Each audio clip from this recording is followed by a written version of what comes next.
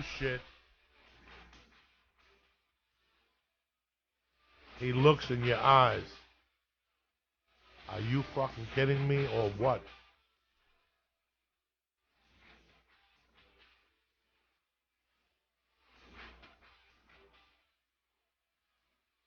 Oh shit.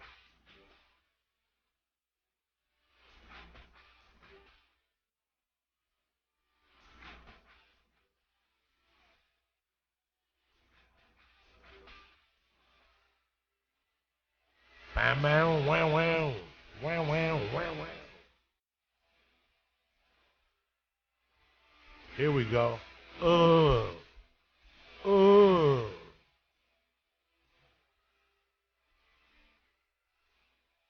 Uh. Kick it, Lee.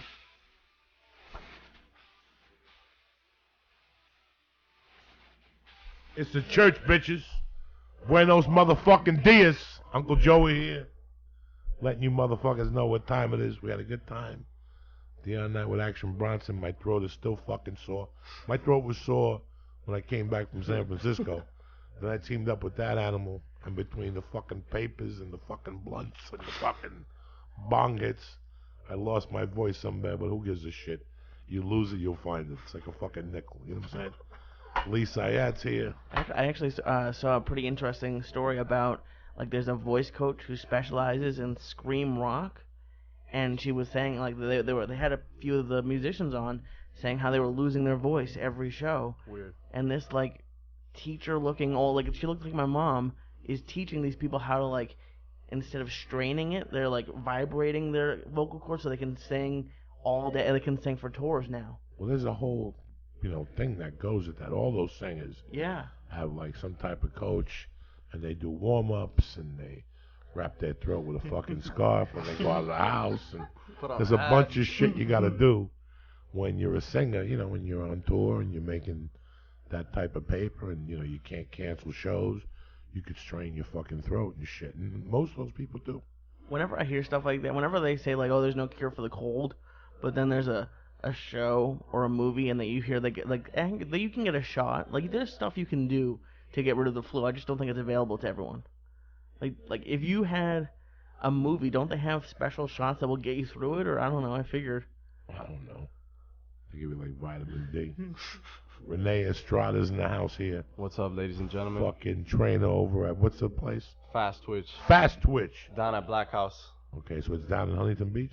No, we're down in we're right outside of the South Bay area. We're in Gardena, so right off the highway, little hidden warehouse. It's a pro-only facility, so we got all our UFC guys, Bellator. Anderson's in there too from time to time, still stopping his head in there. But man, we're building up a dope team. We got our whole Under Armour facility there in the back, so we're making everything, man, back to what it used to be, building up a team, man, and not paying people to be there, bro. Everybody who works there works their ass off. It's a whole team. Like, it's a whole different thing we're trying to do. We're trying to build, like, the first real pro MMA team to where everybody's, like, contributing and not just, paying people to be there or just bringing in their own training partners. Like, no, we have our each coaches. We have our wrestling coach. We have our Muay Thai coach. And then we have me doing strength and conditioning. So it's like... How many strength and conditioning guys do they have? Just me right now. Just me running the show right now. And so how many guys do you work with a day? A day, fighters, anywhere from 5 to 12 of our guys. We sponsor our guys. We take care of them. We work with some guys individually. And then we're open to the public as far as like regular clients, so executive clients. I'm training some of the USC football guys, things like that. So it's the strength and conditioning is open to everyone. And then the whole MMA side is our pro-only team. So it's not like we have classes going on or anything like that. So it's pretty secluded. It's cool, man, because there's some cool stuff that goes on there that you don't necessarily see at other gyms. You know what I mean? Like even today, man, just the type of shit that's going on when those animals throw down. You got Joe Ban, Kevin Casey, Tony Ferguson, all those motherfuckers in there. So. Is it hard for a fighter to get a camp? If there's like a young up and coming fighter right now, how do you get into a camp? Exactly. So that's the thing. We have we have an amateur program too, where people, man, like we make it affordable for people, man. We make it, like $100, $150 a month. They come in, they wrestle, they train with our guys, not during our pro session, but like when our guys come in 3 o'clock in the afternoon, they work with our coaches, and then they develop up. But even our pro fighters, we have it so that we're giving them everything. They get taken care of strength training. They get taken care of on the mats. We have therapy for them too. So we get all that shit taken care of, fight contracts, all that stuff. So you have an acupuncturist down there. We do. Now, somebody comes to you and they said, I just want to work out. What's the difference between getting in shape and strength and conditioning? I mean, there's a big difference. Just the way that we look at things, we look at the individual. It's not just like, oh, I'm training a football player, I'm training somebody like yourself. So what we do is we put somebody through an evaluation. We get all their measurements, all their biomeasurements, all that stuff, and then we have them go through a session. We see where they're strong, where they're weak, what their goals are. Like, what are you actually trying to do? Are you trying to be, an NFL top lineman? Are you trying to be a pitcher throwing 95 miles an hour? Or are you just a regular executive client that you want to train at 6 in the morning and you have your own thing going on? So, like, we take what the individual wants and what are the actual, like, data of what's going on with their body and whatnot, and adjusting it to the person. So we take data-driven shit and put it towards the actual program. So it's not like, oh, this person's doing that same. They're not fitting into the fast twitch program. I always knew that it worked like that. But let's pretend I'm. Let me see. I'm trying to find an example for you. Let's pretend I'm George Masvidal and I'm fighting Johnny Jiu-Jitsu. What's his name? Damian Maya. Yep. Okay. You're going to look at him. You're going to look at Maya's strengths. You're going to look at his weaknesses. And you're going to look at Maya's weaknesses and try to strengthen George's.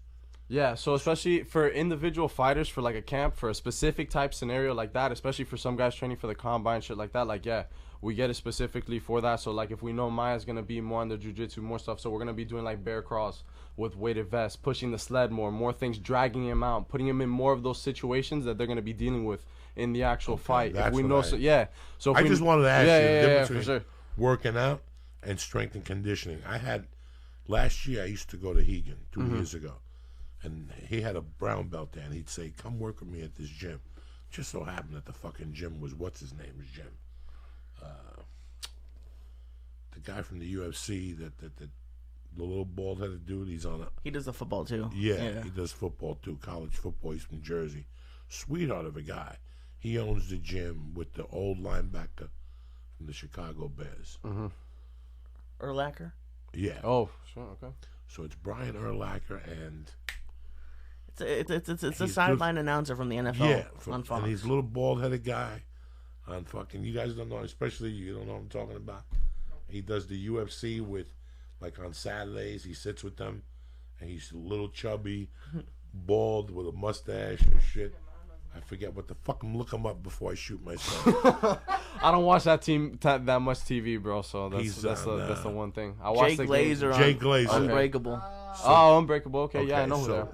That's where he did his jiu-jitsu things. The guy was cool. And then one day he told me he was broke and he wanted to borrow $2,000 and he gave me. Come on, bro. It was a scam. Then the other day I go up there to work out with him. He brings me a contract for me to sign to join Unbreakable for like $300 a month. I'm like, dog, you told me to come up here and fuck around with you when Hegan didn't show up, and now you want me to. I mean, it was just fucking crazy. But I was watching what they were doing, and it fucking blew my mind. Like they had the dude from the Giants in there. Odell Beckham was in there. And I was watching, like, as I was getting dressed, making believe it was real slow, because fat people take a long time to get dressed and shit. It takes me like 10 minutes to put my belt around my waist and shit. In the beginning, when I'm not cold, when I'm cold and I got to throw it around, I can't reach. At the end of the class, I can throw my hand all the way around. Just put your belt on before you put the pants on. Put it on the pants. That's what I don't put it through when you're standing up. That's like a torture chamber. Jiu-jitsu. Oh, jiu-jitsu belt. Yeah. Okay. I thought you were talking about your jeans belt. What the fuck is wrong with you? So when I'm cold, I can't wrap my arm around my shoulder. Once I get warm at the end of class, you got to see me. I'm like a fucking octopus. But I would go in there and I'd watch what they do, and it was pretty mind-boggling. Like how much, in the 80s, I had a friend of mine that was a strength and conditioning coach for the Olympics. And I watched what they were doing. In the 80s, they were doing great stuff. But everybody was kind of doing the same thing. So if I came into the gym, you came into the gym, and Becky came into the gym, the workout was on the wall. Yeah. It wasn't really specialized. There's still a lot of places like that, man. You'd be surprised. And now it's evolved like so much. You know, I turned Lee on to this guy Dave. Oh, That was fucking great. I miss it. He was a great dude. The kettlebell. Oh, that's when you guys were doing the kettlebells. He was and a all fireman, that. Awesome. and he you know, he Nice. just really. And I believe I'm like you. Listen, I like the guys that go to Boston College and take kinesiology, and they do the other thing that you study for. Sports management. No, the other one. Where you have to- Exercise science. where you have to walk downstairs and see a cadaver for breakfast and Exercise shit. science. And Kinesiology. that's It's all all the same great, shit. bro. Yeah. That's all great, but I like the guy that did it, and did it. I've always been one of those guys. I like the school book guy. When I first met Lee, first time I met Lee, the first thing I said to him was, we were shooting something. I go, Lee, whatever you learned at Emerson College, throw it away, because I don't want it around here. Because if not, we're all going to look like we're shooting the same fucking shit. Yeah. And it's so weird how, with what you guys do, you know, I'm stoned. I forgot what the fuck I was talking about. Well, no. No, I get it. I get what you're saying. Like it's a whole different thing, because at least what we try to do, man, is just like that. Keep it to yourself. My thing is we're trying to blur the lines a little bit. Like show people like there's not that much of a difference between where you think you're at and where these high level people are at. Like you can get there too. It doesn't take like, well, I gotta show up at 6 a.m. and do all this stuff. Like no, you can do it at your pace and work. And there's steps to it. Man, there's people that, you know, they work out once a week and then they fuck, I'm sore, blah, blah, blah. Then they go, you know, take a few days, 5-6 days off, and then they go to work out again. Oh, I'm so sore. I never get better. Man, it's like trying to start the car every single time. Like, it's never going to start up. You got to keep it going. Even if it's the most basic things. Like when I tell people, oh, I'm sore, what should I do? Go for a walk, man. Walk on the beach. We live in California. Go for a swim. Do something. You like, gotta do move. something. When you're sore, the muscle needs blood. You got to move. It's amazing how Gotta many move. times I'm sore, and I go, you know what? I'm gonna do something today. I go out in the back and I swing bats. You have to. And kettlebell, I'll do 3 sets of cleans, and I'll punch the bag or something, and I feel completely better. Sometimes my knees feel tight. I put fucking ice on them. They feel a little better, but I go outside and kick the fucking bag, and it loosens all that shit. And next thing you know, I'm walking tip-top Magoo. For sure. And I believe in giving blood. I've always, and I learned that when I was 14 from basketball. These guys, I know what an injury is. I know what an injury is. You know what an injury is. And you know the difference between an injury and soreness. There's some soreness that, Jesus Christ, you can't get ready for, you know? But when I first started working out, Joey, you told me like not to overdo it because a lot of bigger people will do it, get really sore, and never go back. I've never really experienced that, and I recently went to a gym that I'm not a huge. The guy's very nice, but I'm starting to see why people go and choose different gyms, because it's a little bit what you're talking about. It's just like the list on the wall, and he just kind of like lets you do it, and then didn't really.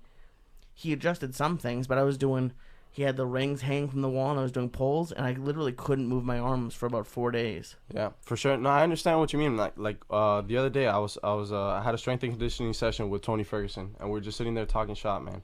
That guy's such a cerebral fighter. People don't understand like the type of brain that guy has. Like whenever he retires fighting, the mind of that guy as a coach and just as an individual is amazing. How he breaks things down, and like that, it's just. There's a lot that goes into being a coach. It's not just instructing somebody, hey, do this, pick this up, put this down. It's, hey, bro, how you feeling today? Hey, what's up with that thing that I see you walking a little bit different, bro?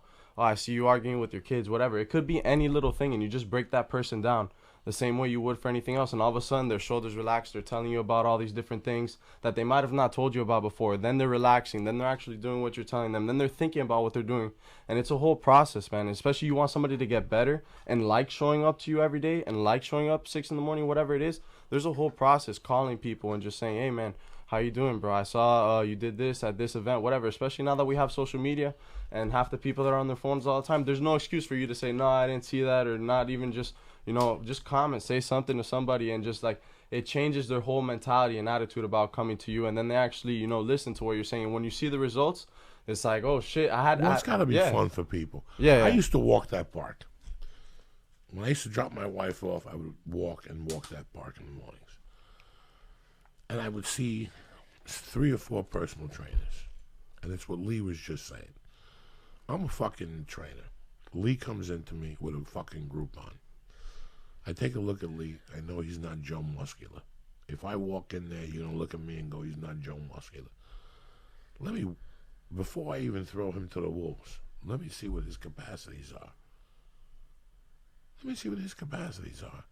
I'm going to talk to him and tell him that if he does this today, I want to see him for sure on Wednesday. Like, what time can you be here Wednesday? Because I do not want you to miss Wednesday for this reason. And if you saw come, I'm going to take care of you. No, and then people try to pull the, no, I can't pay. No. Show up. Show. We'll work it out. Figure it out. But I think a lot of people join a gym and they get the free, they tell them you get 3 free training sessions. They don't even test the people to see what they could do, form. Listen, bro, I'm a fucking animal. I don't give a fuck about anything. Before I do anything, and I've always been like that, I go to a professional. And I go, do me a favor, I want to learn how to shoot a gun. Do me a favor. You know, you could, well, Joey, you're an asshole. You could go on YouTube and learn that. Okay. But you might miss something that, you know, especially when it comes to your body, especially when it comes to deadlifting or overhead presses or anything that, you know, it's like Lee and I were going to a place and we're swinging 85 fucking pound kettlebells. Mm-hmm. What is the purpose of that? Mm-hmm. I left there thinking one day, what was the purpose of that? Now, guess what? I can't go to jiu-jitsu till Monday. I can't walk. I can't do it. The fucking, you know, let me tell you something. The fucking doing comedy is just as hard as working out. That hour on stage when my gorilla feet are clamping to the ground and shit's moving through my hips. There's times I go home at night and I'm like, what the fuck happened tonight? I did 2 fucking shows. That's what fucking happened. There's nights I go home, bro, take a shower, drink coffee, and do a 30-second stretch while I watch Law and Order. Yeah. Because I know it's going to make me feel better the next day. Or even just laying on the foam roll or anything, man. Anything. It's amazing. Like, now I just don't go to bed no more. I take a shower, and I take cold water now. Fucking cold as a motherfucker. You know, I started off warm, so you're not going in there like a penguin. And then as you're getting out, you fucking put it freezing. You just, every 2 minutes, you just keep it low, low, low, and by the end, it's just a fucking ice cubes are coming out. And you don't even think about it. It's hitting your back. Pop, pop, pop, pop, pop, pop. We have our guys do ice baths all the time. All the time. Especially after training, we have Kevin Casey and another one of our guys go. They grab the ice, throw it in there. Boom. Let's ride. Everybody, at least 9 minutes. Let's go.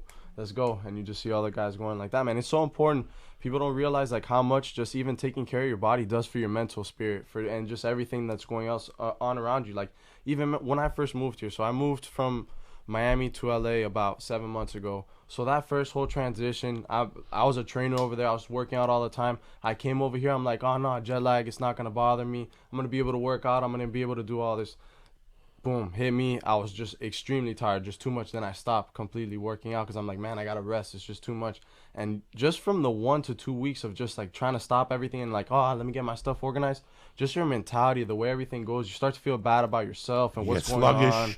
Yeah, shit enters your mind. Yeah, just not positive thoughts, man. And that's the thing. Even like what you were saying the other day, just to go for a walk, to walk down the street, to just like breathe in the air here, just get away from everything that you do every single day and just be with yourself and your own thoughts. And just the most simple thing from going to a walk can turn, you know, your life into, man, this walk feels good, or whatever it is. You think about something, boom, you're going somewhere else. Like, these things get your mind going too. It's not just, oh, I'm working out to work out. No, man, I'm thinking, I'm doing it's a part of everything. They show a graph what happens to your mind after 20 minutes of any type of workout. What happens to your mind, how the blood affects your mind, what parts of the brain it goes to. Yeah. You know, number 2, I grew up on that thought. Listen, think about something. You are who you are, who you are. We come from Cuban descent. That means we were on a fucking island with no palm trees for a long fucking time. Your grandparents took to the sun with no skin cancer, SPF number 8. All that's bullshit. Cubans defied it. Cubans defied it. The ones that you see that are real dark, they got no SPF on that side of the island. And the ones that are real light, from the one side to the other side, it's like a fucking graph. Like, remember when you were a kid and you got the toaster? And you could put the color of the toaster, whatever you wanted. That's how Cuba is. That's how it is. You know? And this is a joke, but it's the truth. We're Sun people. Yeah.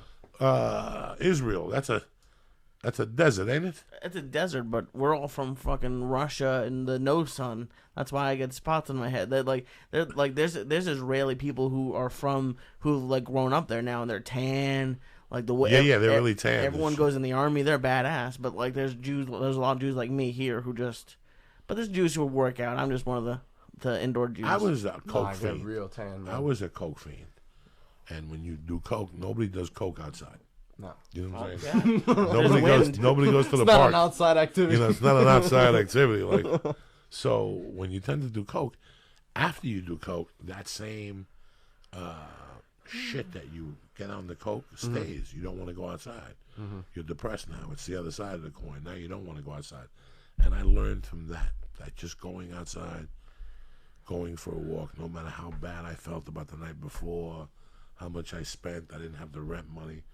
All that shit went away when I went for the walk, and I could put the pieces together. Yeah. I could make up my mind on what my next move was from just going on that walk. Yeah. Because one minute you're thinking about one thing, and all of a sudden your mind takes you somewhere else. But you said something, we were just sitting early here on the couches, which I'm a firm believer on. I really am. Like, I just did it this last week. Becky called me. She goes, what are you doing in San Francisco? You don't work on Sundays. I had to work on Sundays. But I did it for, like, as soon as I was delayed on Thursday, I was like, I'm not going to do the show tonight. Like, I'm going to force myself to do it Sunday. The more the plane got delayed, it was like I was getting happier and happier. Like, I was like, no, I'm going to force myself to do it Sunday just to see what it felt like. And what happened? Nothing. I still came home Monday.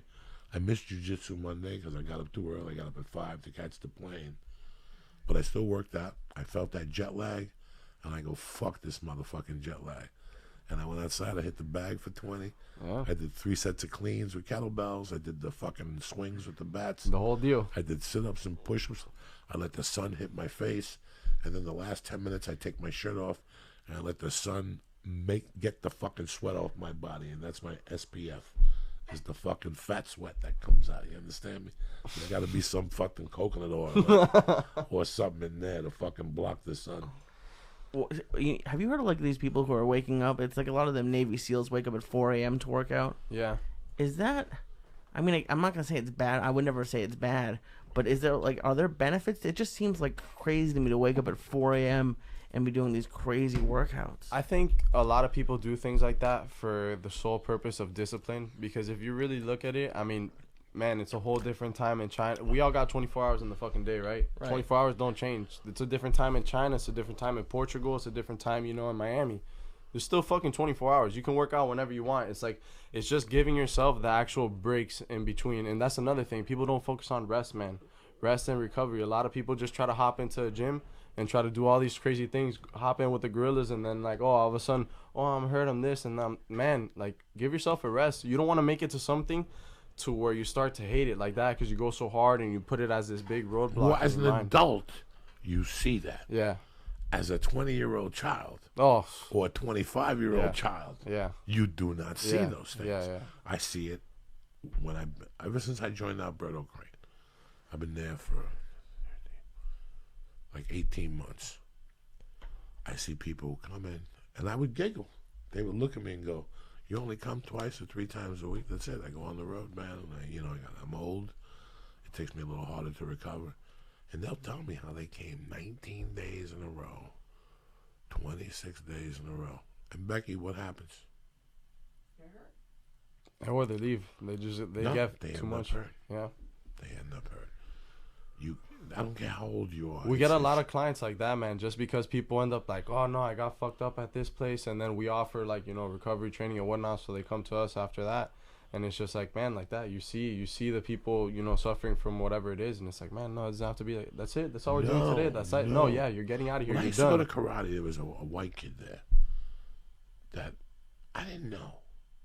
But every time he put his shirt on, he was fucking bruised. Like, I thought his wife was beating him. Like that type. And I said to him one day, I don't mean to be nosy. Why are you always bruised? He goes, because on Tuesdays and Thursdays at 10 in the morning, I go to Thai Town off of Hollywood and Western on Hollywood Boulevard, 2 blocks down. There's there used to be a Thai center, and then a place that did massage, and then a place next to that was a restaurant. Well, behind the restaurant on Tuesdays and Thursdays, the cooks would beat the fuck out of each other. What the fuck? Beat the fuck out of each other. And this white kid would go over there because Hopefully it was for money at least. No, Muay Thai training with the tree. His legs were always fucking blistered and bleeding. His feet were all fucked up. And I asked him, what the fuck is your problem? He goes, don't tell nothing to Sensei, because we were learning like Tang Sudo. He goes, on Tuesdays and Thursdays, I go over by the Thai center. To a Thai fight club? It was like a Thai fight club. Backdoor chef fight club. All chefs, all the cooks and the wait staff. Oh, my God. And they had the trees set up back there. The trees? Whatever they kicked to get their shins into. Yeah, they and he trees, goes, bro. And bro, he goes, it was full contact. It was on. He would come in with black eyes and fucking, it was on. And I applauded him for a couple of weeks. And then one day I said to him in class, I go, Jesus Christ. I love that. At that time I was 400 pounds. So I would admire anybody who was working out. But I said to him, unless you're in the UFC or something, why are you doing this? I mean, he was like an accountant. It wasn't like he was working security or he worked at the fucking Roxy or he worked at the Comedy Store and then he like one badass security guy. He was just, and he thought about it. He goes, you're right. I go, it's not worth walking around lumped up. Yeah. Unless you're really a fucking fighter. It's not worth. Even then, with my fighters, I'm still super you on top gotta of it. super be on top of it. Because especially some of the stuff that they go through with the training, some of the younger guys up and coming, they're trying to prove something in training. And you're dealing with this UFC fighter in front of you. You're one of the smaller guys in the LFA or something. You're trying to prove a point, and then you want to go do strength training after and show out there too. So it's like, man, it's approaching it in a different way, man, and just, trying to change the game for real. That's why it's just trying to get it out there to as many people as possible, showing them what I do, what our program does, and it's really not like a gimmick. We're not sitting there trying to advertise stuff on Groupon. Hey, everybody come in, man. If you know who we are, you want to reach out to us, great. Like, let's work. We always give people a trial session like that. That's the first thing we do, just to see if it's something that they actually want to do or come in, or if we see that we can work together. Because like that, man, sometimes you get people that come in and you can tell from the get-go, they just look at you with a dead stare and they're like, oh, I don't want to be here. Or some of these parents, man, unfortunately, that you bring in a 6-year-old, a 7-year-old kid, and the kid's in there and the kid doesn't want, man, the kid wants to be outside playing around, doing all these things, and there's certain kids who do want to be, running cones, touching drills, but man, it's all there's all an approach to it. There can't just be one way of, oh, this is what it is. This is straight up. A lot of people, since they, like you said, see it by the book. Sometimes we get people out of college, they have master's degrees, they have all these things, the internships, all this stuff, and then you put them there with a client, and the client, even you can learn all the stuff you want in the books, and they're doing the exercise, they're like, oh, I don't feel it here. What do you mean you don't feel it here? All of a sudden, now you gotta change it. Now you gotta change it. Now you gotta talk to them differently. They've never done it. Because if now you look like the asshole there, I don't know what I'm doing. No, you gotta know what you're doing. You gotta realize that there's so many different things, man. It's a whole different game, man. So that's why. Just to hit Lee back before I got locked up, I rode my bicycle everywhere and I hit the bag and I lift weights. I just liked it. And the UPS dude was yoked. This UPS dude that delivered, not yoked like bodybuilder yoked, but yoked that he did push-ups and ate well. And I said to him, dog, where do you lift? He goes, I don't lift weights, I swim. So I go, where do you swim? I love to go with you. And he goes, okay, I'll pick you up tomorrow, 5:30 in the morning. I go, 5:30 in the fucking morning? Yeah. He goes, it's only 2 classes a day, 6 and 7:15. There you go. 6 or 7. And I put my mouth in. I put my foot in my mouth. I go, okay. Pick me up at fucking 5:30. Oh my God. And to jump in that cold pool. But you know what, bro? I stuck with it for 9 months until I got locked up. I got locked up on a Monday, and that Friday I was at the Master Swimming Program. I even did a biathlon. Like, that's how much I fucking liked swimming at that time. But it wasn't just jumping in a pool. She had gone to the Olympics, and she had been one of those chicks that goes to Hawaii. And the hammer chicks, what do you call those people that they fucking run 40 miles? Then triathletes? She was the one that went to the big one in Hawaii. Yeah, the big one. So she would, I loved Iron Man, because you would come in and you could tell her, hi, I'm Becky. I've roller skated. I swear, that's great, Becky. Jump in the fucking pool. And you jump in and she goes, come here. Do me a favor. Hold on to the wall. and just kick. Just kick until fucking next Tuesday and then talk to me. She was badass, but you know what? I remember the first time I got in the pool, I jumped in at 6. So you swim before? Oh, fuck yeah. I jumped in. I started doing a bunch of these, like Johnny Olympia, and I looked up, and I moved 3 feet. Like I was backwards. I was sideways in the water. She's like, okay, come here, hold on to the wall and just kick. And she would make me hold my legs a certain way, and she'd jump in the water and hold your feet a certain way. She was technical by the book. And you could go in there in a week. In a week, she'd make you do laps or 2, and you'd be like dying after 1 week. She'd jump in the fucking water. Come on. This is how I want you to do it. And she would break it down for you, Becky, that you could do 20 laps and not stop. She was a fucking genius, bro. I never saw anything like that. No wasted movements. No wasted movement. Perfect your breathing. Head, your way your head turns to relax your muscles in your neck. I mean, she would hold you. The details. The details. And then she would, after 3 or 4 weeks, she'd go, okay, I want you to come Mondays, Thursdays, and Saturdays. Why? I could only come Wednesdays because Thursday I want to put you up against this other guy. Because, I mean, she was fucking brilliant. But to get back to what you said, Lee, let me tell you something. Today, in my world today, I wish I could go to Coach Joey on Wednesdays and Mondays. Coach Joey at Alberto Cranes is creating killers over there on Fridays. Yeah, I've seen him. Those 3 days, he's creating killers over there. I can't do it. I need time now when I wake up. In the old days, let me tell you something, Lee. There ain't nothing like waking up. So I would smoke a joint, drink a protein shake, and get on my beach cruiser, and I'd ride over there on the bicycle lane. You can't even believe this shit. No better way to start the day. Lee, I'd be out of there by 7. I'd go to King Soopers and get a big fucking... This is before people said how bad sugar was.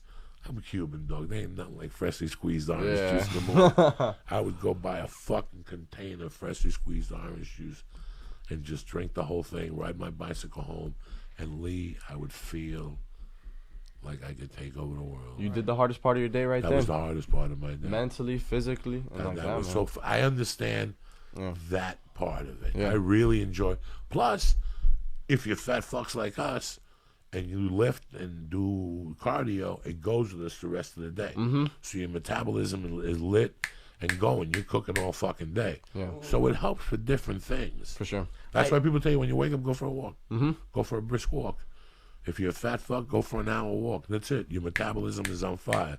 Stay away from the ring dings. Don't drink sodas. And it's all going to work out for you. You know what I'm saying? It's that easy. It's that easy. Yeah. But no, I was doing it's an 8 a.m. class that I've been going to, and I like it. But I think it goes back to what you're saying about knowing your clients. Like I'm sure there's some like he has these warm ups that like you're supposed to do every class, and they all have special names.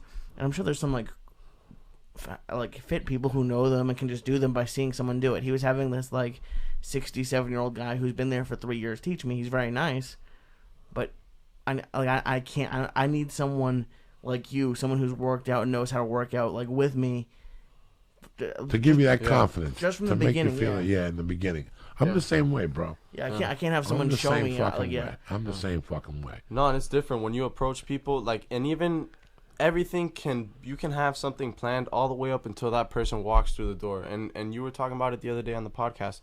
When somebody walks through the door, that's why you have Lee stop. You slow them down a little bit. So even through the warm up, you kind of slow them down. Hey, man, what's up with your day? What's up with this? What's up with that? You start to figure out a little bit more. And, man, like, you can really get to know people and change people's lives in a way that you don't really realize. Because, like, I get clients that sometimes, man, hey, I actually gained 10 pounds. I used to be super skinny. Or just, like, you know, a mom that has had 3 kids that, you know, wants to get surgery to take off all the skin and everything and is going through all this program.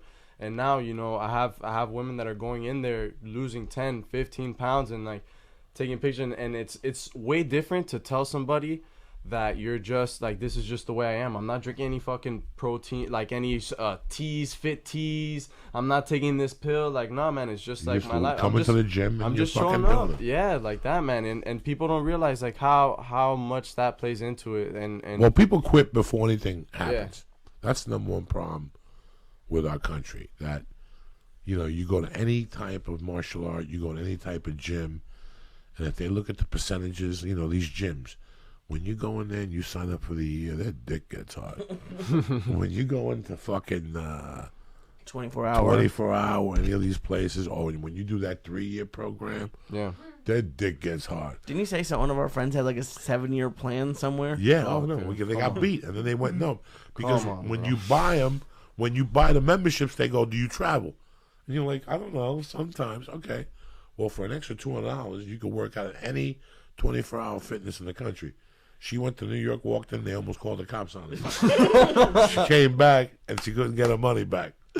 You know, they have different fucking things. That's funny. Yeah. Bro, there used to be a guy on Wilshire. He's still there.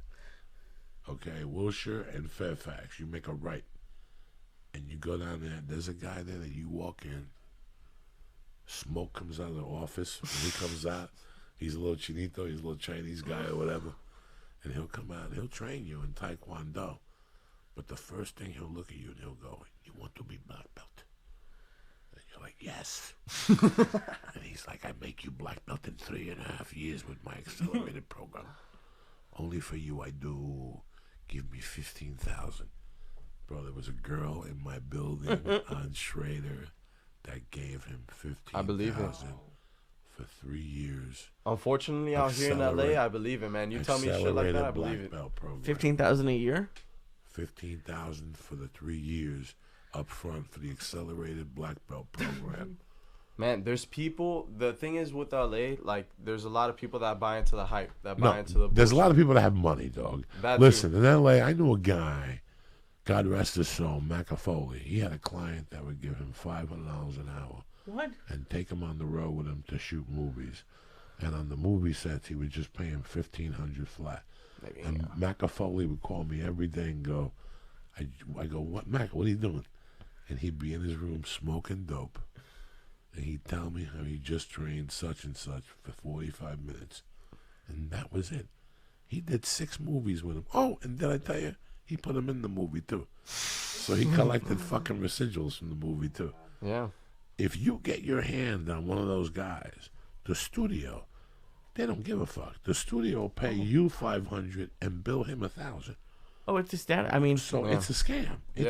Justin Fortune has 10 studio racks it's like a down status there. thing, I think. Yeah, I've seen people take without a facility, without anything. I've seen people take clients down to the beach, no equipment, no anything, train them for 45 minutes. Hey, it's $100. What do you mean, bro? We just ran around in the sand. Yeah, $100. You have no and idea. people pay it, and it's crazy. And First of all, you have to figure in LA that 40%. I knew a comedian who took his trainer on the road. Things got bad quick. That trainer ain't on the road with him no more. He took his trainer on the road. But I'll tell you one thing. De Niro on the Grudge Match, he had the trainer he hired for the Raging Bull. Now he was a grown man. He hired him when he got out of college. He was doing what you were doing for the Jets. De Niro hired him to train him, fell in love with the kid, and said, quit your job. You do every movie with me. So at 8 in the morning, the guy trains De Niro every morning. Excuse me. They run, they do calisthenics one day, the other day they do push-ups, they do rings. He's 70, you know. I mean, it's not like he's got him fucking doing. it's got to be a match, man. That's why we have people come in and do a preview session or whatever it is first to like, hey, let's see if you're before we even tell anybody about price. Hey, don't even. Hey, what does it cost, bro? Just come in. We'll figure it out. Let me train you. Let's see what are you looking for. What do you want? What are we trying to do here? And then after that, we'll talk about price. Because if not, man, you're gonna give yourself such a headache.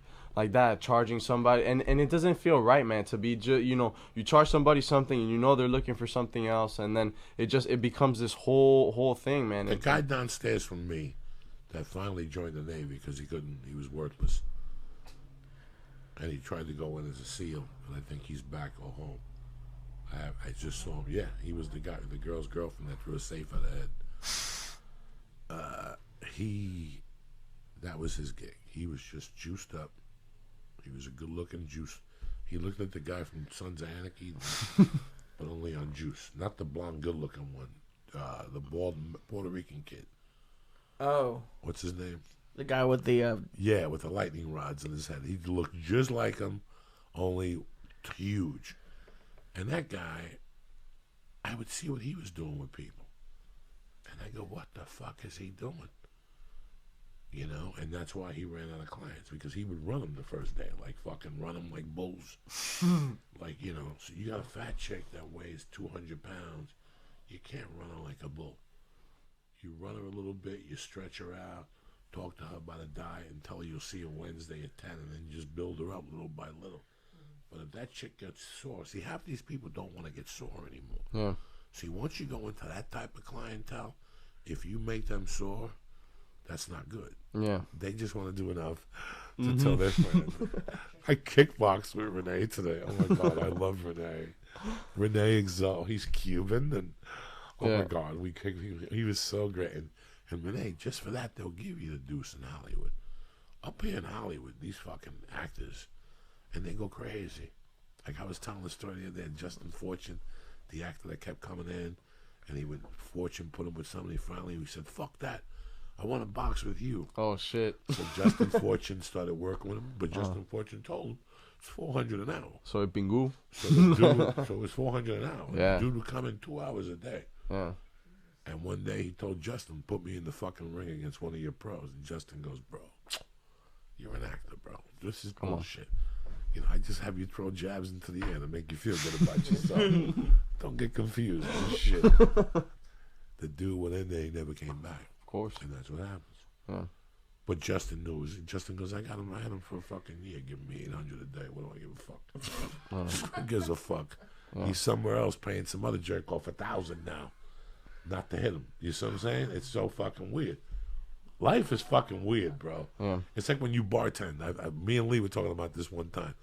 You know, your friend hooks you up. You always have that friend that's the hookup, right? And you go in there, and then one day he comes to you and goes, "Bro, I can't hook you up no more. The owner's wife is here." What do? You're like, "Fuck this punk." You cross the street and you actually pay full price for the drinks across the street. This guy just wants you to give him a 20. That's it, because you've been drinking there for 8 years for free, like an animal. You know what I'm saying? Eating and shit, bumming cigarettes. Finally, he says to you, "Bro, at least throw me a 20," and you get insulted across the street and pay full price and shit. Well, you know, I've known a lot of personal trainers with different types of experiences, and it's so weird how the guys that I knew that were still successful are the guys that were athletes, former athletes that had a kinesiology degree or whatever the fuck they had from playing in college, and now they figured how to put it all together, you know. But I believe you guys, like you were saying that you play baseball. So if I come to you tomorrow and go, "Let me tell you something, bro, my fastball's 88. How long would it take me to get to 94?" Which is a pretty not a bad goal. No, considering that I'm coming to you at 88. It's an achievable I'm goal. 24 years it's old, for real. and that's just mechanics. Legitimate. That's a little bit of mechanics. You work with me on mechanics. We do some fucking. We throw some balls like in the Olympics and shit. You know what I'm saying? We spin around. Yeah. Throw a ball. You know, is that possible? Like if I come for sure, 100%. How much? I've always been curious with baseball. How much of a difference could I? Like if I came to you at 88, could you get me to 100? I mean, there's depending on my age. Yeah, well, not so much, man. Like throwing 100 miles an hour, throwing a baseball is the fastest movement a human body can do because of just the angles that everything is going at and how hard. I mean, man, what else can we do that we put out with our own body to 100 miles an hour? That sounds crazy, you know. So something like that, there's a lot of structural things too to get to 100, but 94, like you were saying, is for sure 100% possible because it's just showing people how to use your body. Because a lot of guys, you throw a ball your whole life and you don't necessarily learn how to throw a 30-pound medicine ball into the wall, have to drive everything behind it with good form and realize like, fuck, man, I throw with my feet. I don't just throw my arm here at the end. I need to use my feet. I need to use this. I need to use that. All of a sudden, you start putting all those little pieces together. That's 1 mile an hour by just extending your ankle just a little bit. Then you're using your hips a little bit more. That's 2 to 3. Then you put all these pieces together. Then you start feeling comfortable. Then you start feeling a little cocky. You start feeling good. Then you start putting a little bit more on it. And then that's how it grows. I was like that. I was a kid throwing 88, 89 miles an hour. By the time I was done playing, I had topped out 93, 94. I had elbow surgery, Tommy John with James Andrews, the whole deal. But at some point like that, I had to go from one place to the other. And it was more of the training more so than the throwing. A lot of people get fed into, oh, I need to buy this book with this many drills and this guy's drills and that guy's drills. Man, it's throwing a baseball. How many ways is there to throw a baseball? Like, for real. You know, it's more about teaching your body how to get the most out of what you're doing to get that result, you know. Now, why does the elbow go with baseball? The elbow goes with pitching. With pitching, man, like that, because an elbow is just really meant to extend back and forth like this. That's what we're made for. It's not, once you start getting into the rotation of everything and people start leaning behind and all that stuff, it starts putting strain on the elbow, and it's just it's a compounding thing. Like when I tore my elbow, it wasn't just like, oh, I threw during game and it popped or whatever. Like it was a thing that happened gradually over time, and then one day it kind of gave out. Like, man, I was throwing, it was cold weather. I was throwing long toss, and I heard like kind of like a crack, like how when your back cracks, like ga ga da. And I was like, man, that felt kind of weird. And then I threw the next one, and it didn't feel that good, but I still was 88 to 90 that day. So I'm like, bro, nothing wrong. And then I go somewhere else to another visit the next week, and I was throwing 85, 86, and I'm like, fuck, man, my elbow's kind of sore. What's wrong? And then all of a sudden, next thing you know, I go get I pitched the whole year like that with torn elbow, trying to rehab it, because people tell you, oh, it's tendonitis, it's this, it's that. So I did everything to try not to get surgery. And then I went to James Andrews, and man, that guy's the best in the world. He's the one who did Drew Brees' shoulder. He does everybody. Yeah, Mariano Rivera, all those guys. You always hear him on SportsCenter. He's like the Tommy John. Yeah. Like he always, that's pretty good. So you were doing that in college? Yeah, so that was my freshman year of college that I got my elbow surgery. How do you pay? Like, do you have to pay for that? My school paid for it, because okay, thank God. I got injured at school, so that's how it was. And they picked that doctor? Well, no, we picked that doctor. Somehow, some way, you know how it is. When you know the right people, oh, I gotta move. No, he can't go to the doctor because this and that. All of a sudden, next thing you know, I go up to James Andrews. Cost me $15 to see the best doctor in the world. Like that, the guy comes in, grabs your elbow, does a bunch of things. He doesn't even look at the report. He says, man, he's got about like a 40% tear. He's got like 3 other doctors there just watching you, just writing shit down, looking at him, looking at you, writing shit down. He opens up the paper, 45% tear, boom. Next thing you know, we're there the next day in surgery at his facility. He even brought my parents into the room to watch the surgery, like on the screen and everything. Opened up my elbow, and like that, man, I saw him. He wanted me back 2 weeks later, and I was there with Sam Bradford and another one of the NFL guys, just there chilling like that, just hanging out. And it's just me getting my thing done. So it's cool, man. It's a cool experience, like what we were talking about earlier, like just where sports takes you and all the different experiences you see. And sometimes you need to go through like those bad times to kind of like push you to those points, because if not, man, when everything's just nice and breezy, like you don't get pushed anywhere. Sometimes when people don't have that motivation to go and they're just comfortable in their thing, like sometimes you got to get put in a shitty situation like that to get everything taken away from you. I thought I was going to college, all this shit, scholarship, LSU, all this stuff. Next thing you know, your elbow goes. What now? Like, what are you going to do? You're going to sit there and cry? You're going to like, you got to figure something out. And it's not to be, like that, like to the extreme of waking up at 4 a.m. But like what we were talking about, like my thing for me that would get me over everything was just going for a jog at night. At night, everything's just dark. You're there with your own thoughts. You're thinking. Let me ask you something. You made a pretty interesting statement. Mm-hmm. You said that pitching is the only thing you could do with your whole body. That quickest. The quickest. That's fucking crazy. Yeah, throwing a fastball like that, 100 miles an hour is the fastest thing a human body part can move. Like what that. about those things they throw in the Olympics? The javelin, very similar. Yeah, but they're a little bit heavier. So like that, the same thing with the football. It slows your arm down. So it's safer to throw football than it is a baseball, because your arm's not going through the speed that it would be in a short amount of time. Because think about it, as soon as you let it go, you got to decelerate and slow your arm down. Because if not, your arm pops out of the socket. That's why people pronate and then they slow their arm down. And that's why sometimes people, when they get the shoulder problems, it's mostly because either they're flying open or when they don't know how to decelerate. Because they throw hard, but then you need the brakes for the car too. You know what I mean? If you fucking just got a car with an engine and no brakes, you're fucked. You're fucked. So that's why a lot of people mess up their shoulders and things like that too. There's a lot that goes into it.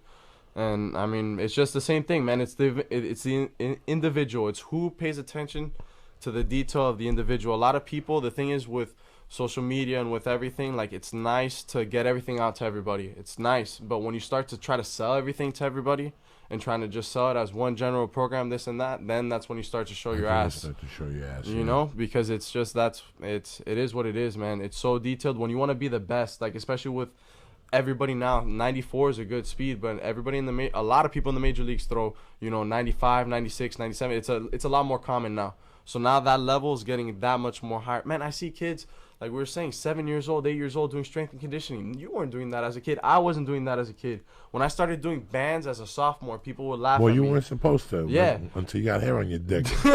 You weren't supposed to touch fucking weights at that desarrollo.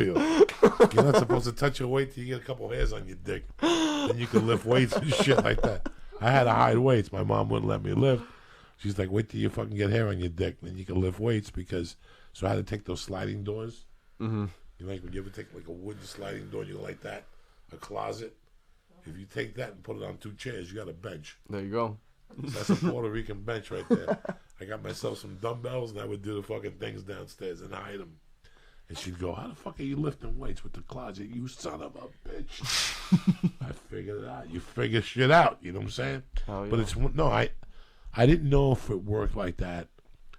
How about for punching? Yeah. I could get, I'm not saying me.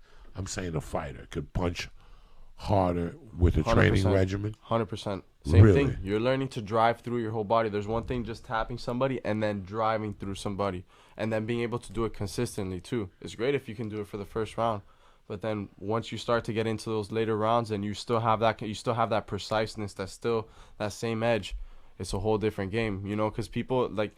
Man, we train all this time, especially for the fighters. The same thing I tell them. You guys are training for at most 5 minutes.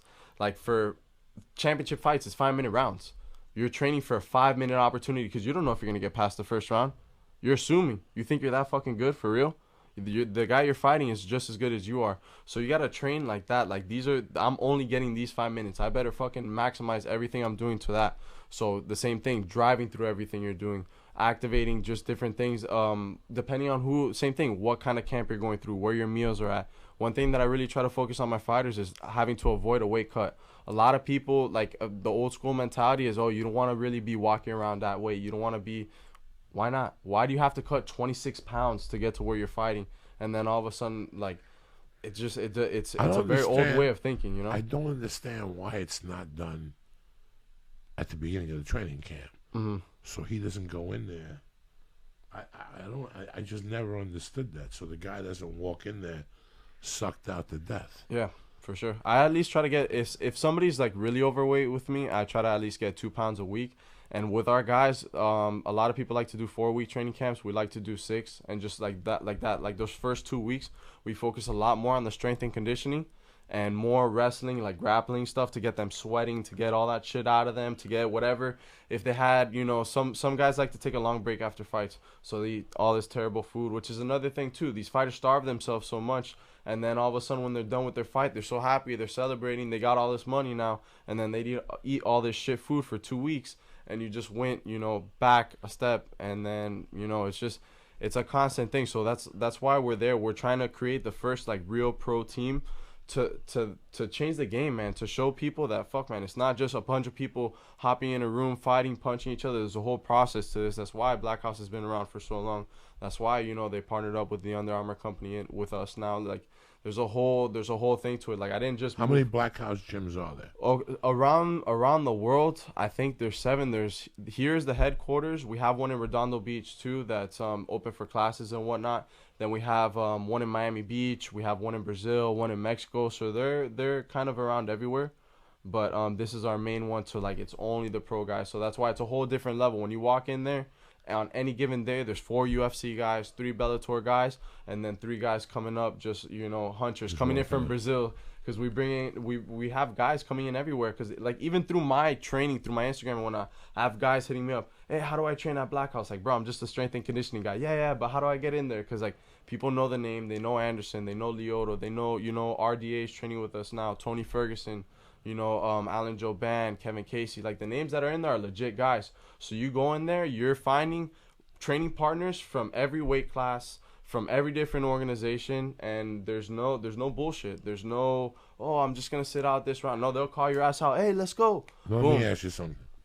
So somebody's getting ready for a fight, and they're 6 weeks away. How many days a week do they do the strength and conditioning classes? 3. 3 out of the 6. 3. Okay.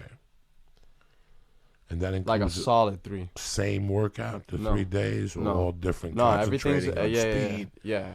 It's a very interesting fucking occupation, man. You know, and that was why I told Beck, I want to talk to him about, because that's what people at home want to know. Like, why would I need a strength and conditioning coach? Why can't I just work out? Well, because you're a fat fuck. And you're not about to go to the Olympics, so you don't need a fucking strength and conditioning coach. When you decide what you want to do and what your holes in your game are, and then you go see him and go, you know what? I'm fucking terrible with hip escapes, and we're trying to fucking throw people off me. Yeah. You'll put a workout for them designed specifically for that, with the cardio and the whole fucking And deal. if people don't feel something, like, and that's what I tell my clients all the time, and some people, they show up to me and they show up to the gym and they're kind of like intimidated because they see everything going on and they think it's a big deal. For them, for us, it's a normal day. For other people coming in, it's a big, big thing, always, you know? People, listen, it's tough enough to get regular people to go to 10th Planet Jiu-Jitsu in Burbank. Mm-hmm. Do you understand what I'm trying to say to you?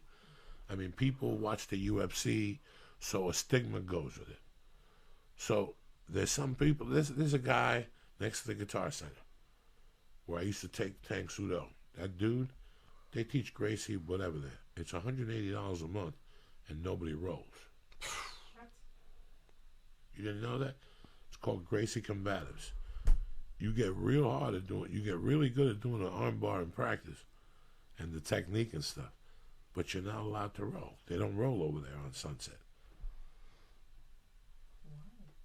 I do not fucking know. I do not know.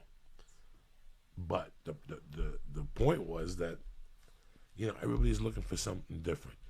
So if you go into it, like if you go into a place and I do see Leona Machida, I'm going to run the fuck out of there. Because in the back of my mind, I think I'm going to get beat the fuck up, you know? People want to feel like they're not going to fucking die. Yeah. That's the main thing. Nobody wants to die. Yeah. And that's what you were saying earlier, that you take them off their focus and you talk to them about what's going on in their life and stuff. And let's start off real fucking slow here. Yeah. I just want you to throw the ball 10 times. Yeah. Or jump up 22 times.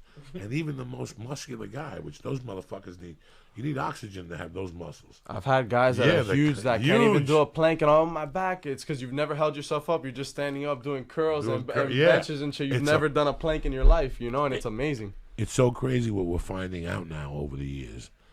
Like when I first started lifting, I used to read Muscle and Fitness, you know, to the fucking T. I loved it. I read about Tom Platz and all these dudes. That dude, Mike Metzger, he did 20 sets per body part. So I was like, fuck it, I'll do 20 sets per body part and shit. And that's exactly what I did. I loved it. And I fucking, you know, but it was, I worked myself up into it. The people I lifted with knew a little bit about it. And then I met more people. And then the dudes I moved to Colorado with were not strength and conditioning dudes. Those dudes that do fucking deadlifts with cars, and they pick up strongman training. Strongmen, those two dudes, both the brothers. You know, we built racks downstairs, and it was fucking crazy. But I remember that they would bring like muscle-bound dudes over, and the muscle-bound dudes couldn't even move the bar, and these guys were doing it all. It was just technique. Back, whether it's jiu-jitsu, lifting weights. When I was a kid, I used to go to Joe Namath football camp. First thing they did to you at Joe Namath football camp, after you dropped your fucking clothes off, was you went out there and you did the 40. And they timed you. But you're like, why am I doing the fucking 40? Well, every day before breakfast is a 30-minute workout. And all they did was extend your legs. Kick out like you're a fucking Nazi. Like you're one of those Russians that do that shit. The Gulov dance. That's all you did. I think that's a soup. I don't know. I don't fucking know. You know when you do this? Hey. Hey. Hey. And you kick your legs out. That's how you had to run. Like, look at me, Lee. Okay. So you got to run like this. Right. So you have to kick your leg out, and you stretched, and you did something else. At the end of the week, you go, you ready? Do the 40. Beep. And all of a sudden they tell you what your speed was, and you're like, what happened? And the guy goes, we broke down your mechanics, and we reprogrammed you. You just picked up 2 seconds on your time or some shit. Yeah, whatever it is. Because it was all mechanics. It's all... You ever see the Agostino's wife run? No. Watch the Agostino's wife run. She's Russian. She runs perfectly. On point. You look at her and you go, oh, shit. That's what you're supposed to look like. Not like these fucking people running, killing themselves. Because in Russia, they teach you how to march. They teach you how to walk. They teach you how to fucking run. They teach you how to do all that shit when you're a kid so there's no misunderstandings. You know what I'm saying? They teach you the fucking basics. Bro, when you see her, it's a thing of beauty. In Vegas one time, I went to the gym, and she was in the gym working out because D'Agostino's a comedian. And she came with him, and she was just running. He tells me, like, she'll get up at 4 and run 12 miles. So when you see her form, like, and I lived in Boulder. I've seen all those people run. I've never seen anybody run like D'Agostino's run. I've never seen it. It's perfect. It's a thing.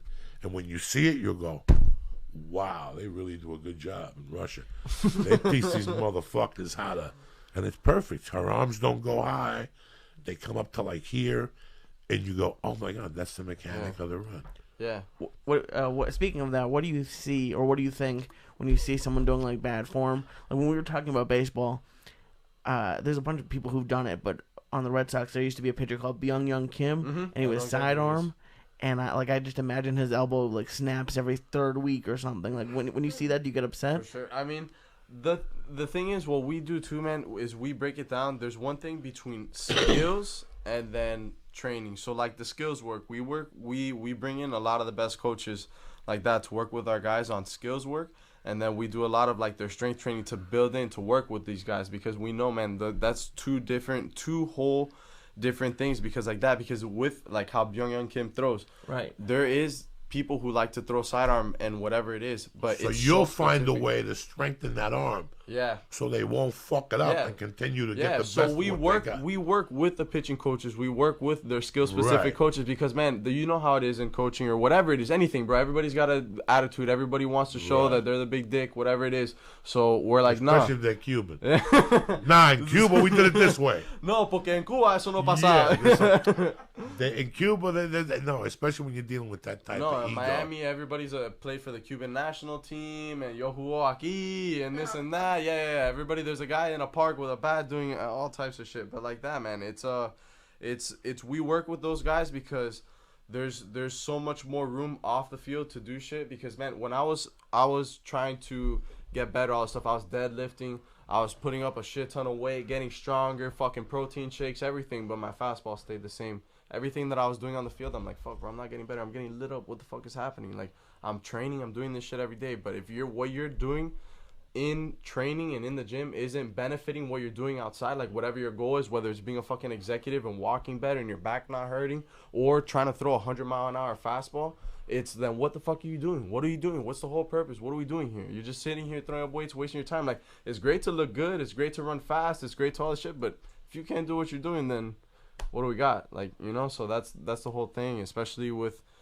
anybody. So that's why we work with these guys hand in hand, close. So they tell us, hey, this person sucks at this, whatever it is. Like when we train some of the USC guys, you know, like we know what they're doing, we know exactly what's going on. So we try to work with them, not necessarily against these guys, because every pro athlete, everybody has a coach already from somebody growing up. They're, oh no, I've had this coach since I was 12. I've had this coach since I was. Good, cool. I'm glad. I love the stuff you're doing because it got you to this point. I'm not here to change your shit. Yeah. I'm here to strengthen what we got. Yeah. And get your weaknesses Exactly. up to point. Exactly. It's 6 weeks. I'm not going to fucking make you Damian Exactly. Maya in 6 motherfucking weeks. But I'll teach you how to not get submitted by a triangle, this, that, and omoplata. I'll teach you all the defenses.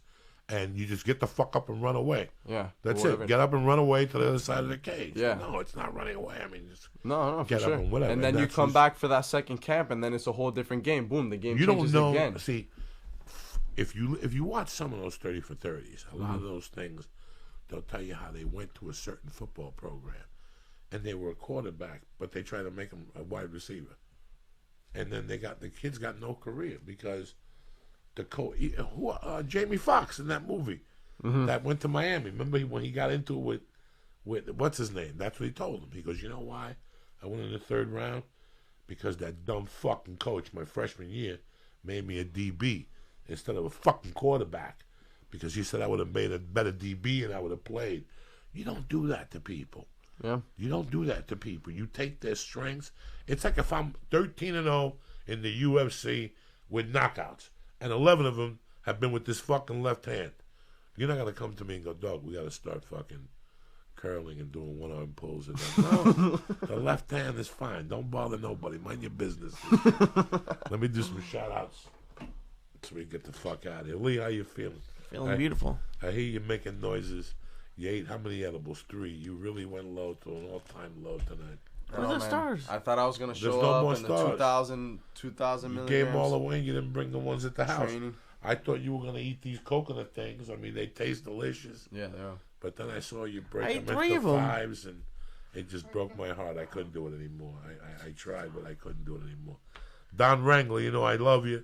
Tyler O.B., Wes Woods, Danny Bianculo, my old friend, Savage, Lindsay LaForge, Kanye West, Alice, Quentin Tarantella, Georgie Clark, Owen Perry, and Joe Devlin. You know I love you, cocksuckers. I thought we had some famous listeners for a second. I'm 2 listeners. Don't forget next week, the Ontario Improv, Thursday, Friday, and Saturday.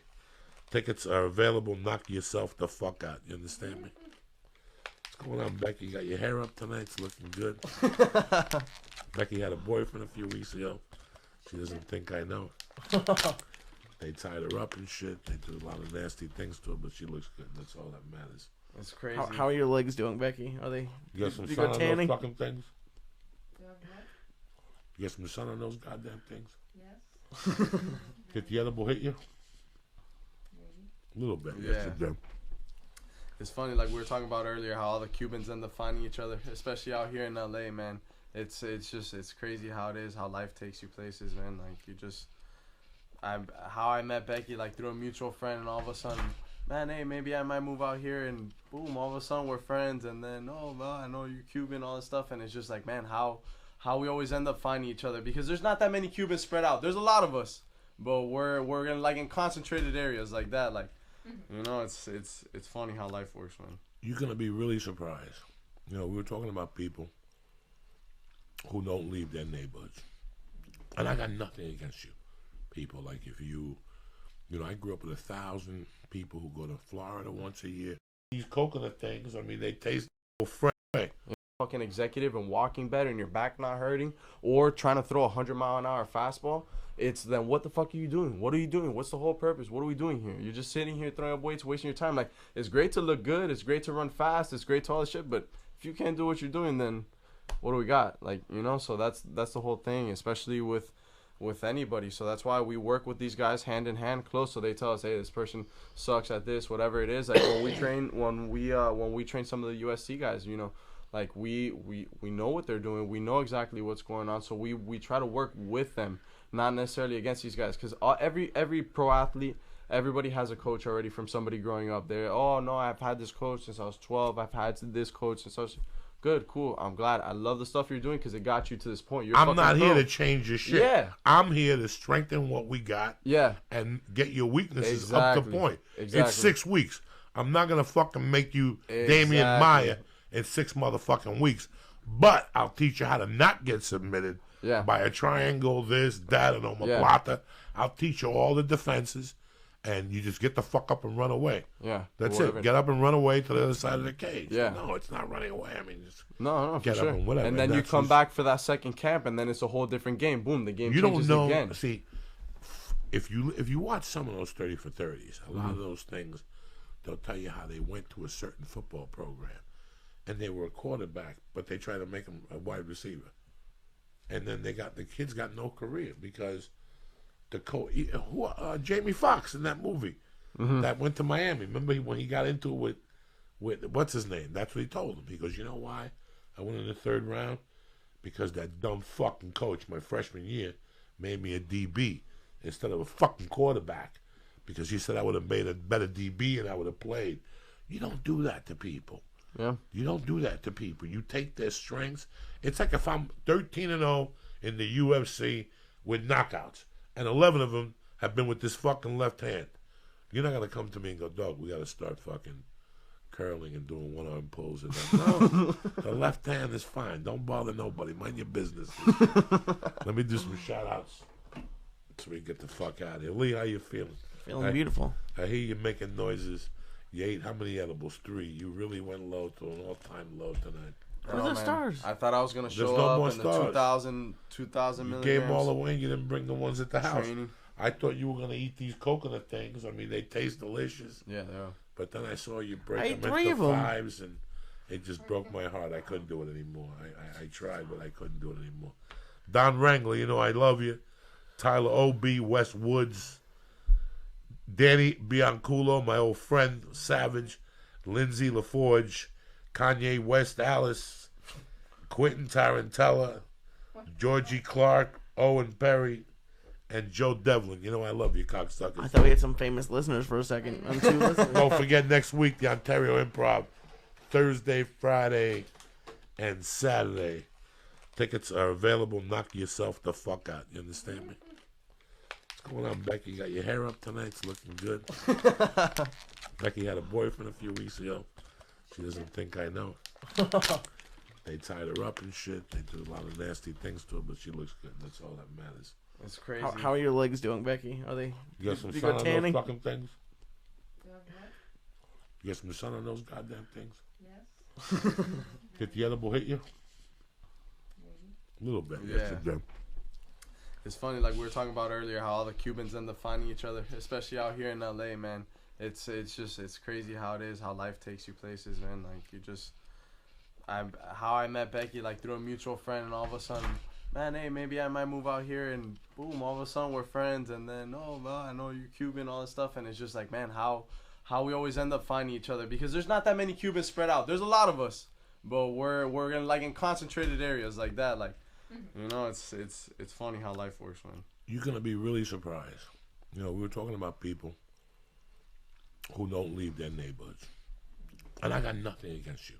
People like if you know, I grew up with 1,000 people who go to Florida once a year, and Atlantic City the other side of the year, and that's what they've done for the last 40 years, and that's what they're gonna do till they die, guys. They don't want to go out to California. There's a lot of crazy people out there. And Yeah. all those wackadoos out there. People walking around naked. My nephew told me there was people walking around naked. And how, you know. Are you scared of earthquakes? Yeah. People would hit me with that. I'm like, come on, You know, bro. it's kind of weird. I'm scared of But in real life, you'd be very surprised what happens when you do go out of your comfort zone. You pick up your bags and you give life a try. And that's what people have never realized. I didn't realize it at an early age. The cops were looking for me, so I went to Sarasota, Florida, and I met 15 people. And of the 15 people, 9 of them offered me jobs, and 3 of them offered me places to live. Wow. And if you move here, you could go to this beach with us on Saturdays. You know, nothing happens, again, till you leave the couch. Yeah. If you want to stay on the couch, you're never going to meet nobody. Nothing's going to happen. You know, when you put those wheels in motion, you know, you might meet somebody who mugs you. You might say, fucking, I'm going to take a bus out to California with the last 8,000 I got. I'm going to get an apartment. Joey told me there's an apartment by his house. You can land on a fucking Saturday. I'm out of town. I can't pick you up. You're down in Union Square. You get mugged. You know, you get like a hit in the head. And all of a sudden some chick walks by and takes you to a house and makes you... You never know what could happen until something happens. For sure. And then you see the beauty of people and what's really out there. Yeah. You know, what the fuck is really out there? And what do you really have to lose, man? Just by making a decision, like the smallest thing, just by saying what's up to somebody, and just like, man, the smallest. It's crazy how many people don't never talk. Fucking know, Yeah. bro. 100%. You know, when I lived in New York City, I went to Colorado, and people would say good morning to me. monsters. Are you fucking crazy? People wave at you driving. People that would shit. wave and say good morning. I would go in that apartment and yell at my roommates, what the fuck are these people crazy? Saying good morning to me, what are you fucking retarded? What do they think No, I am? it was a different thing. It throws you off. It would throw me off. It would. It For really sure. would, man. I was from New York and people don't talk to each other in the morning. They just look at the floor and walk straight ahead. Now people are making eye contact going, good morning. How's your day going? What the fuck do you care? I don't even know you. What the fuck is your business? Bro, and in Colorado, they used to hit, when I first moved to Basalt in 1983, you know, I was raised, you don't get in nobody's car. And when I was 14, 15, one time I got somebody's car, He felt my dick, then got the door open, and I ran out like a little girl. He did. I had a basketball between my legs, and he asked me if I liked playing basketball. When he went to hit the basketball, he purposely let his hand slip, and he touched my dick. I was 14. There was 22 feet of snow, and if God was in the fucking car because the door mysteriously opened, and I ran out, and I ran behind the car and into the section with this fucking German park. What the fuck's Schützen Park? And he made a U-turn and went in there looking for me. Come back. Yeah. But I was going to report him.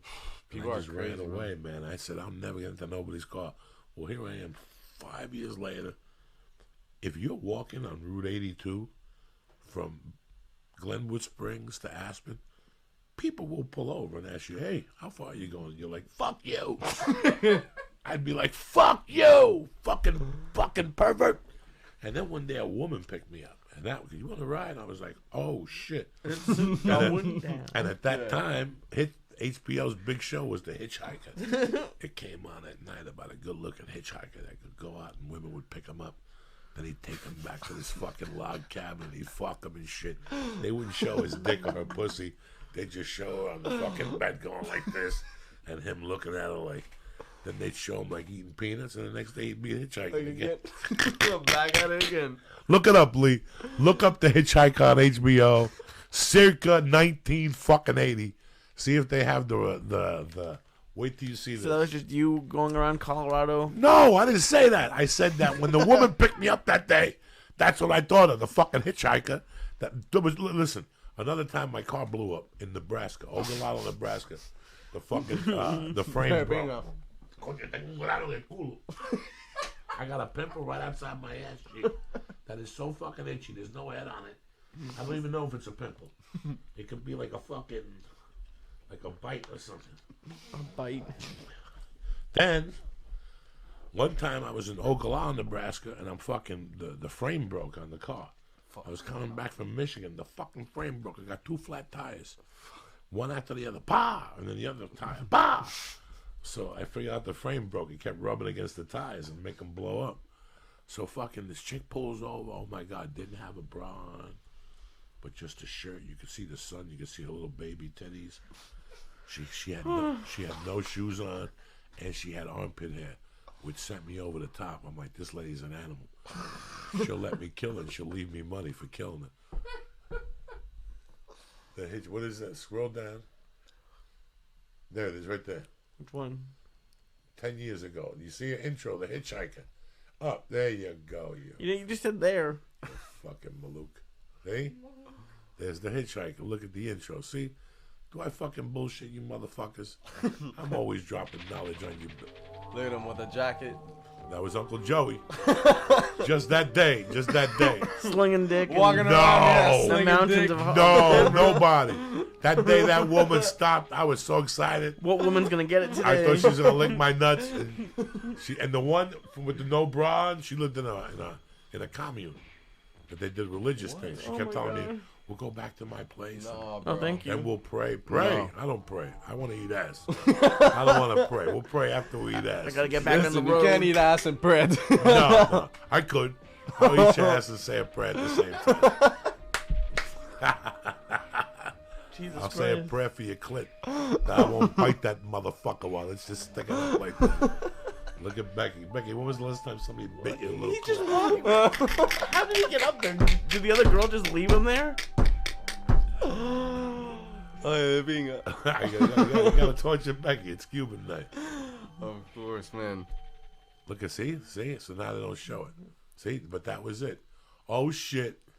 That's like a Cuban thing, man. I've always heard that, like, even growing up, you're not a man until you eat someone's ass. Like No, that, like that's what the uncles used to grab us a little. Bro, I say it on stage. The first time I heard it, What are you talking about? when I was about Yeah, 5, like but serious talks though. Serious when talks. I was about 5. Does that mean you're a real woman, Becky? When I was about 5, I was watching TV, and on Tuesday nights, my mother would play cards with 4 other Cuban women and one chick that was Cuban Chinese, La China.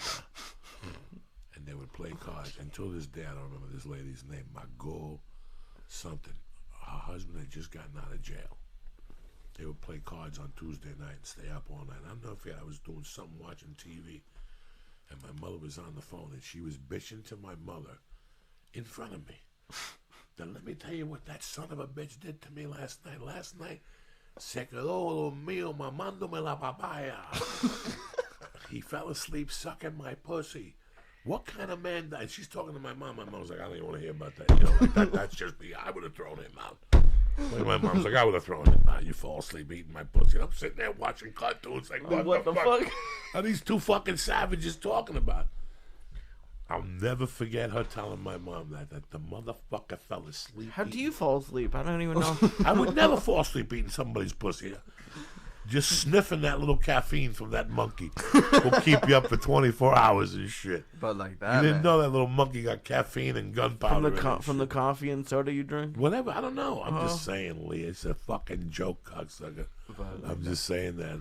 Nah, some places no joke, man. I'm telling you, like one time, I was there with a few of my buddies like that, and his dad comes in. He's like, "Hey guys, I gotta talk to you. Hey, you guys, yeah, like that straight." He goes, "You guys want a girl to ever remember you, bro? Lick that girl's ass." I'm like, "Come on, bro." And he's like, "No, bro, I'm being dead ass serious like that." And you're just like, "Bro, what the fuck? You're like 11, 12 years old. You're like, what the fuck?" I told you that my fucking mom's friend gave me a little vial of Coke and told me next time my skinny girlfriend came over to put some Coke on her pussy. I'm like, what the fuck are you talking about? And I held that Coke for like 6 months in my drawer. I put it in a drug capsule, like I took a, what do you call those things, the cold?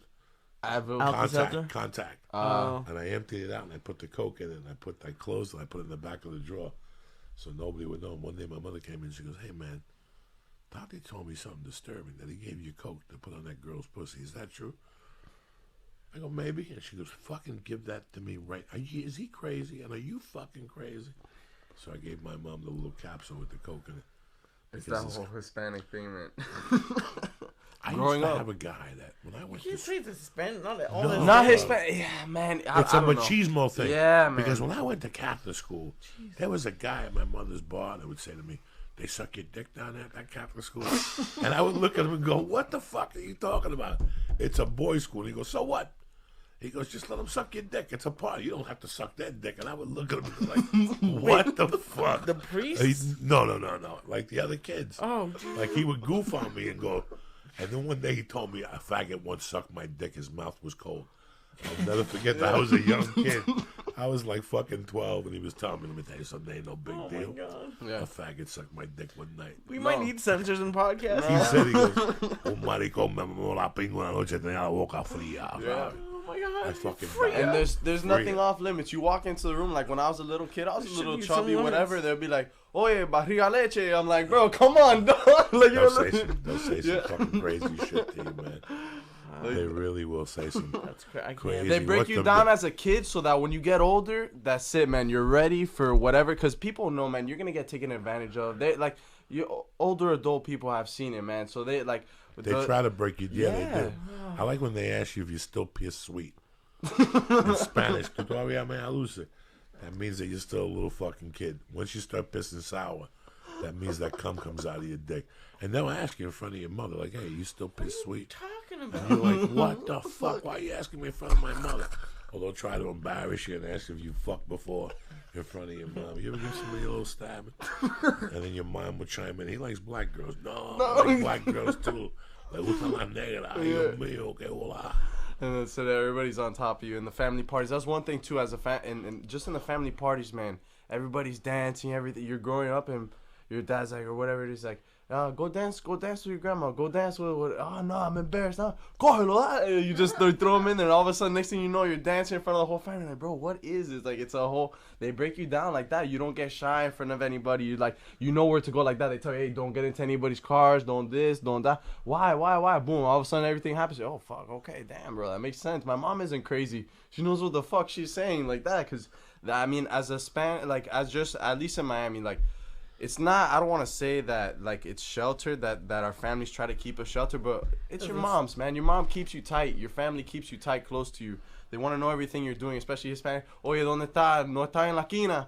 Hey, whatever. Like, oh, you know, like, it's just, it is how it is, man. They hold you tight. Family is a fucking great thing to have. And having, like, a Cuban family, or any family for that matter, that's you miss that. Yeah. And that's why I was telling you, our friend Ricky that used to live out here. He said he loved L.A., he loved acting, he loved stand-up, but there was times he couldn't. It didn't add up for the. He wanted to be with his family. What days are you down there? I'm down there every day, man. Sunday through Sunday? All day, every day. All Okay, day, every what day, times? mostly. We're open by appointment, man. So it's like whenever people make sessions, but I have a lot of people that like to work in the morning. We have classes going on too. So like I'm always putting that out on social media and through our website and whatnot. So constantly putting that So out. if they call down there, they ask for Renee. Yeah. And Renee's good to go. Yes, sir. Yes, Beautiful. sir. Thank you for coming on. No, I appreciate you and guys talking having me about on. it. What do you got there, Lisa? Ann? What do I got? You look all fucking mummified to me. I feel mummified. You bring back stronger weed. I don't have anything coming up this weekend. I don't think. I went to the Dodgers game the other day. Yes. You talking to the lady this Friday? Yeah, Okay, third 'cause time. People been hitting me up. Yeah, I've been asking me, twice. Making sure that you're taking care of No, yourself. I like it a lot. You drinking water? Yes. All right, that's good. I want to thank fucking Onyx for being our sponsor, for being fucking savages, for being there with us from day one.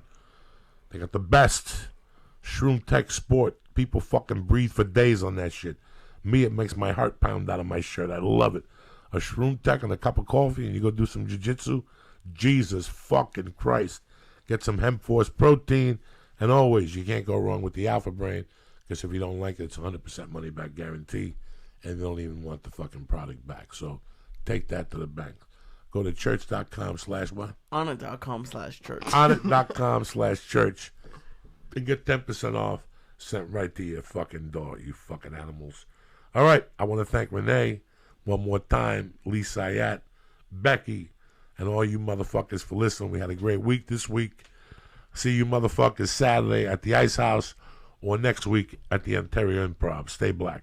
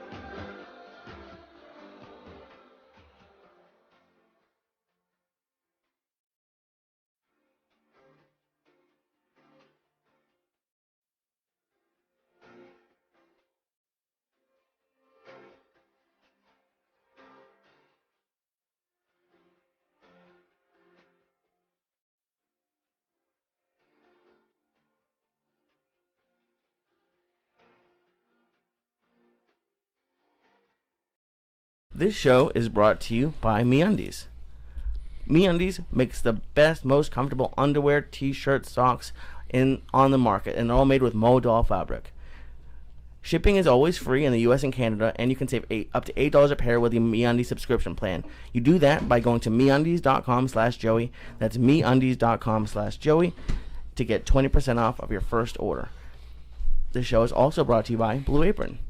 Blue Apron sends gourmet recipes and all of the fresh ingredients you need to make them right to your door. Our listeners get their first 2 meals for free. Just go to blueapron.com/Joey and start cooking incredible meals at home with Blue Apron. That's blueapron.com/Joey. And the show is brought to you by Onnit.com. Go to Onnit.com and use code word church to save 10% on all of the great optimization products like Alpha Brain, New Mood, Shroom Tech Immune, and Shroom Tech Sport.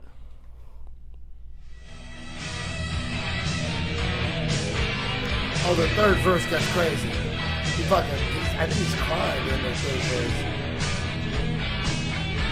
And the bass player's like fucking about to lose it. Oh shit. You got me. I'm coming. Ain't no bad at all. Oh shit. What's up? That's the Rooster, baby.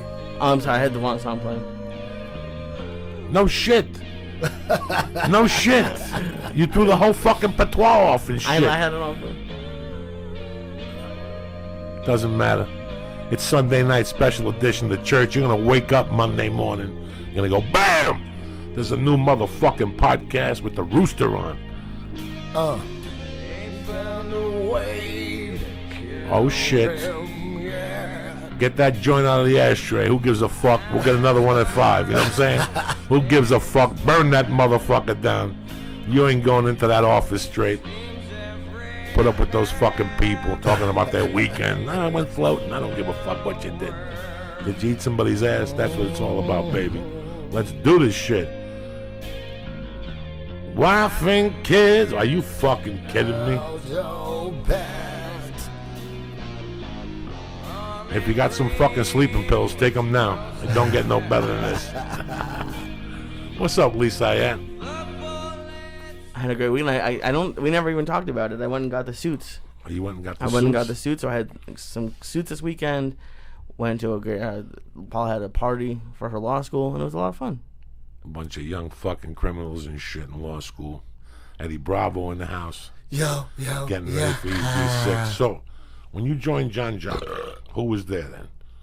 Who were the black belts at the big time? How many students did he have at that time? There were no black belts. It was just Jean-Jacques, Johnny Machado, Higgin Machado, Carlos Machado, and Haja Machado. All up there? In the beginning, it was all 5. Up at there in Tarzana? No, actually, it was... No, when you joined... The original one was Redondo Beach. That's where all the brothers were. And then they wanted to expand, so then they opened up the one here in Tarzana. But they all lived in Redondo, and they didn't want to drive. Can you imagine the 405 trying to make that 6 o'clock class, and you live in Redondo Beach?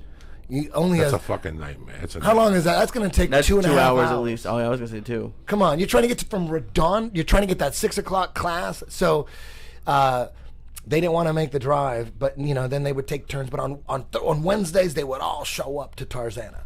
You know what I mean? And that's where I went. I joined when they were making that trip to Tarzana on Wednesday. Oh, Wednesday's like 50 people in class. They knew they were all going to show up. And then Jean-Jacques ended up, like everyone, Carlos went to Texas. Hodger, he actually quit jiu-jitsu for a little bit. I don't know what happened there, and then Jean-Jacques decided, hey, I'm just going to take that Tarzana school. I'm going to move out there. So he moved to the Valley and he took that shit. This is my shit. And Higgins stayed in Redondo. He kept that one. Carlos went to Texas. Johnny and Higgin were in Redondo for a while. And then Johnny ended up opening up his own spot in Culver City for a while.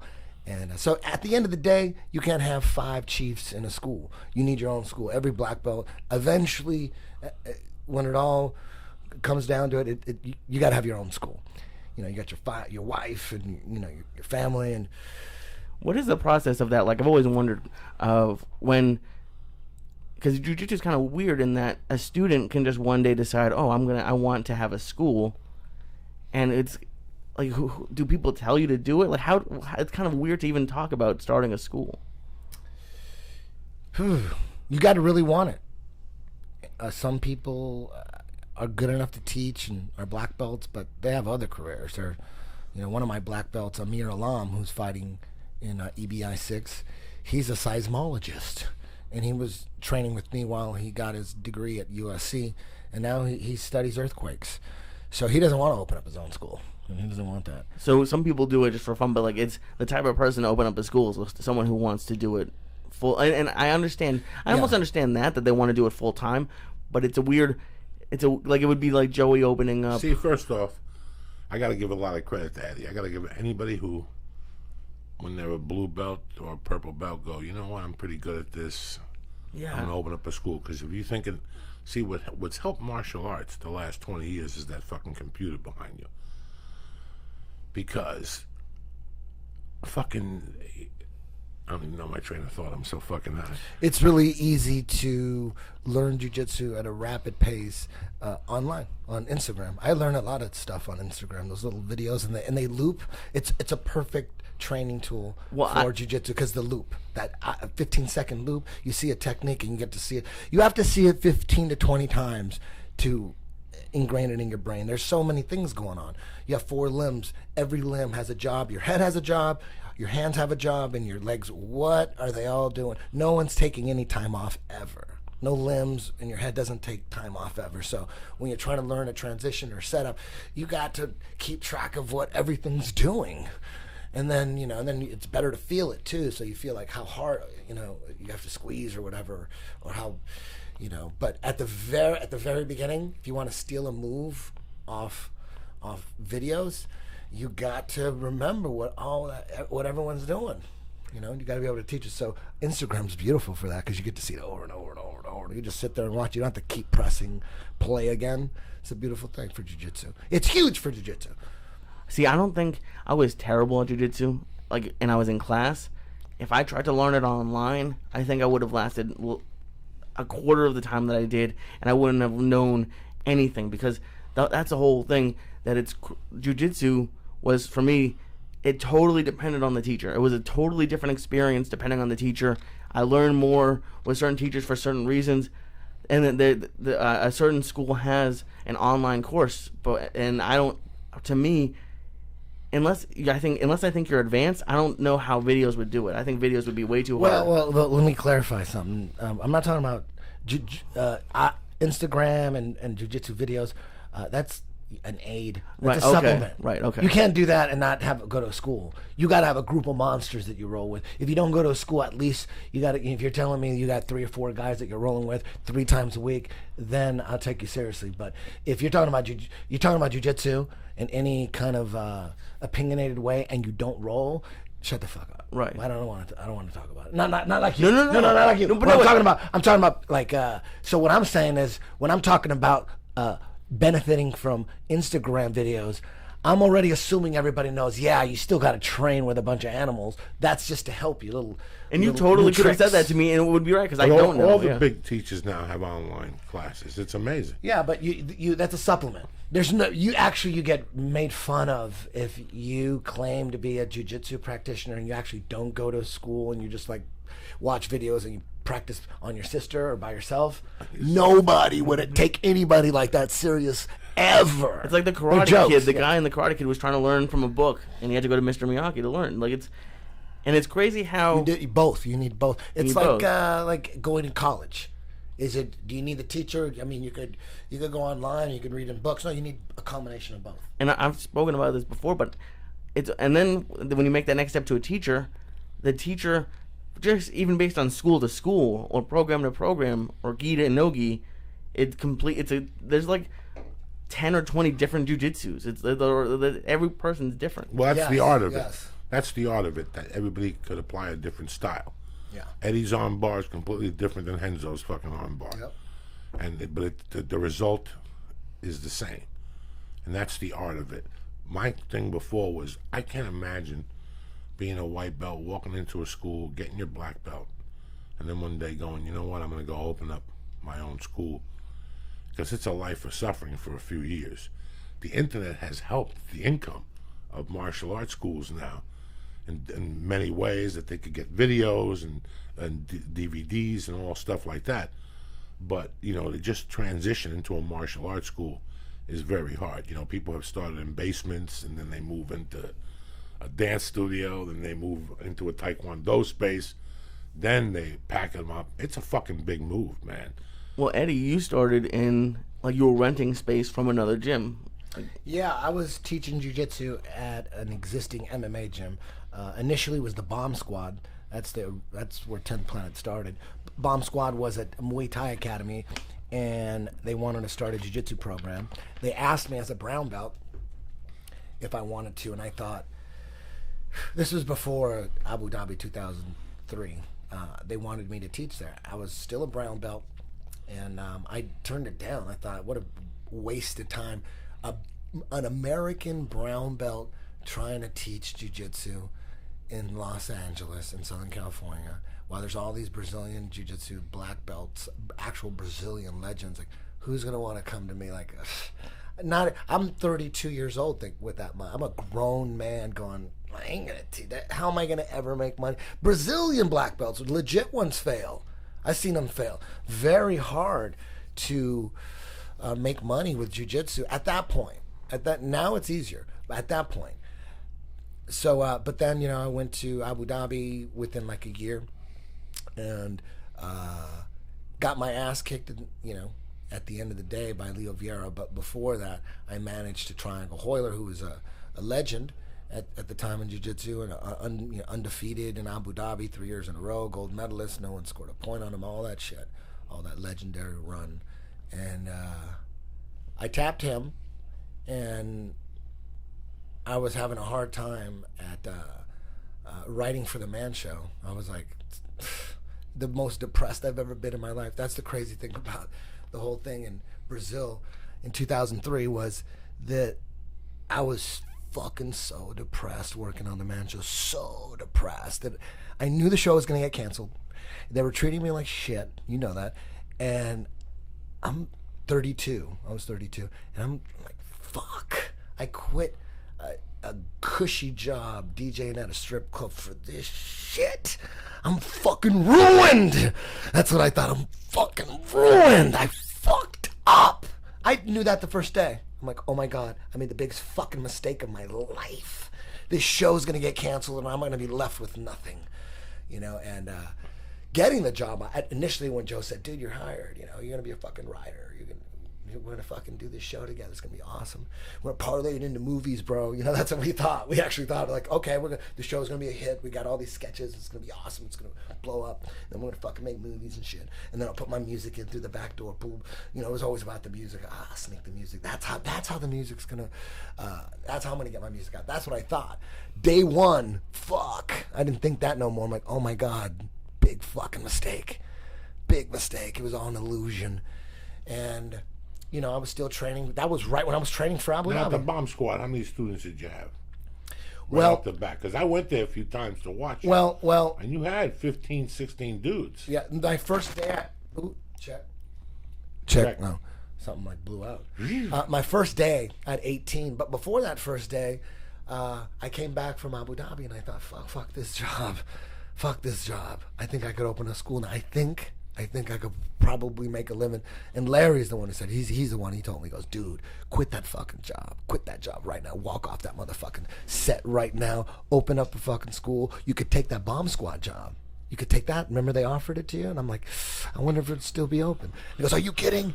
Are you kidding? You just fucking tapped out Hoyler Gracie. Ask that motherfucker. And I did. And he goes, hell yeah. You want to teach her? And I'm like, okay, because I turned that motherfucker down. Before we go any further, I got to tell you something that you did tonight that's amazing.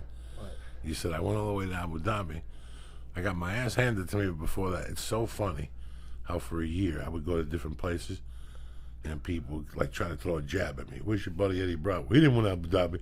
Leo Vieira. And I'm like, you know, what the fuck type of animal are you? So you came prepared. You're like, let me let them know.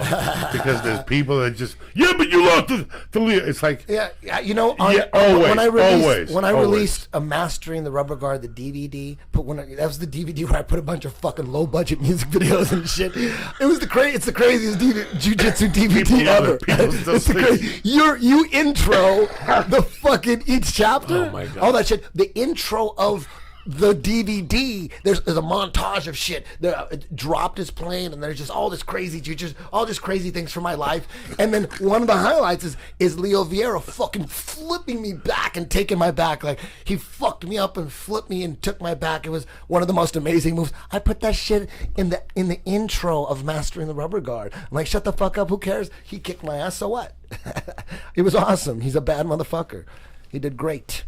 You know, but anyways, so I ended up going back to the Bob Squad and seeing if the offer was still available. He said, fuck yeah.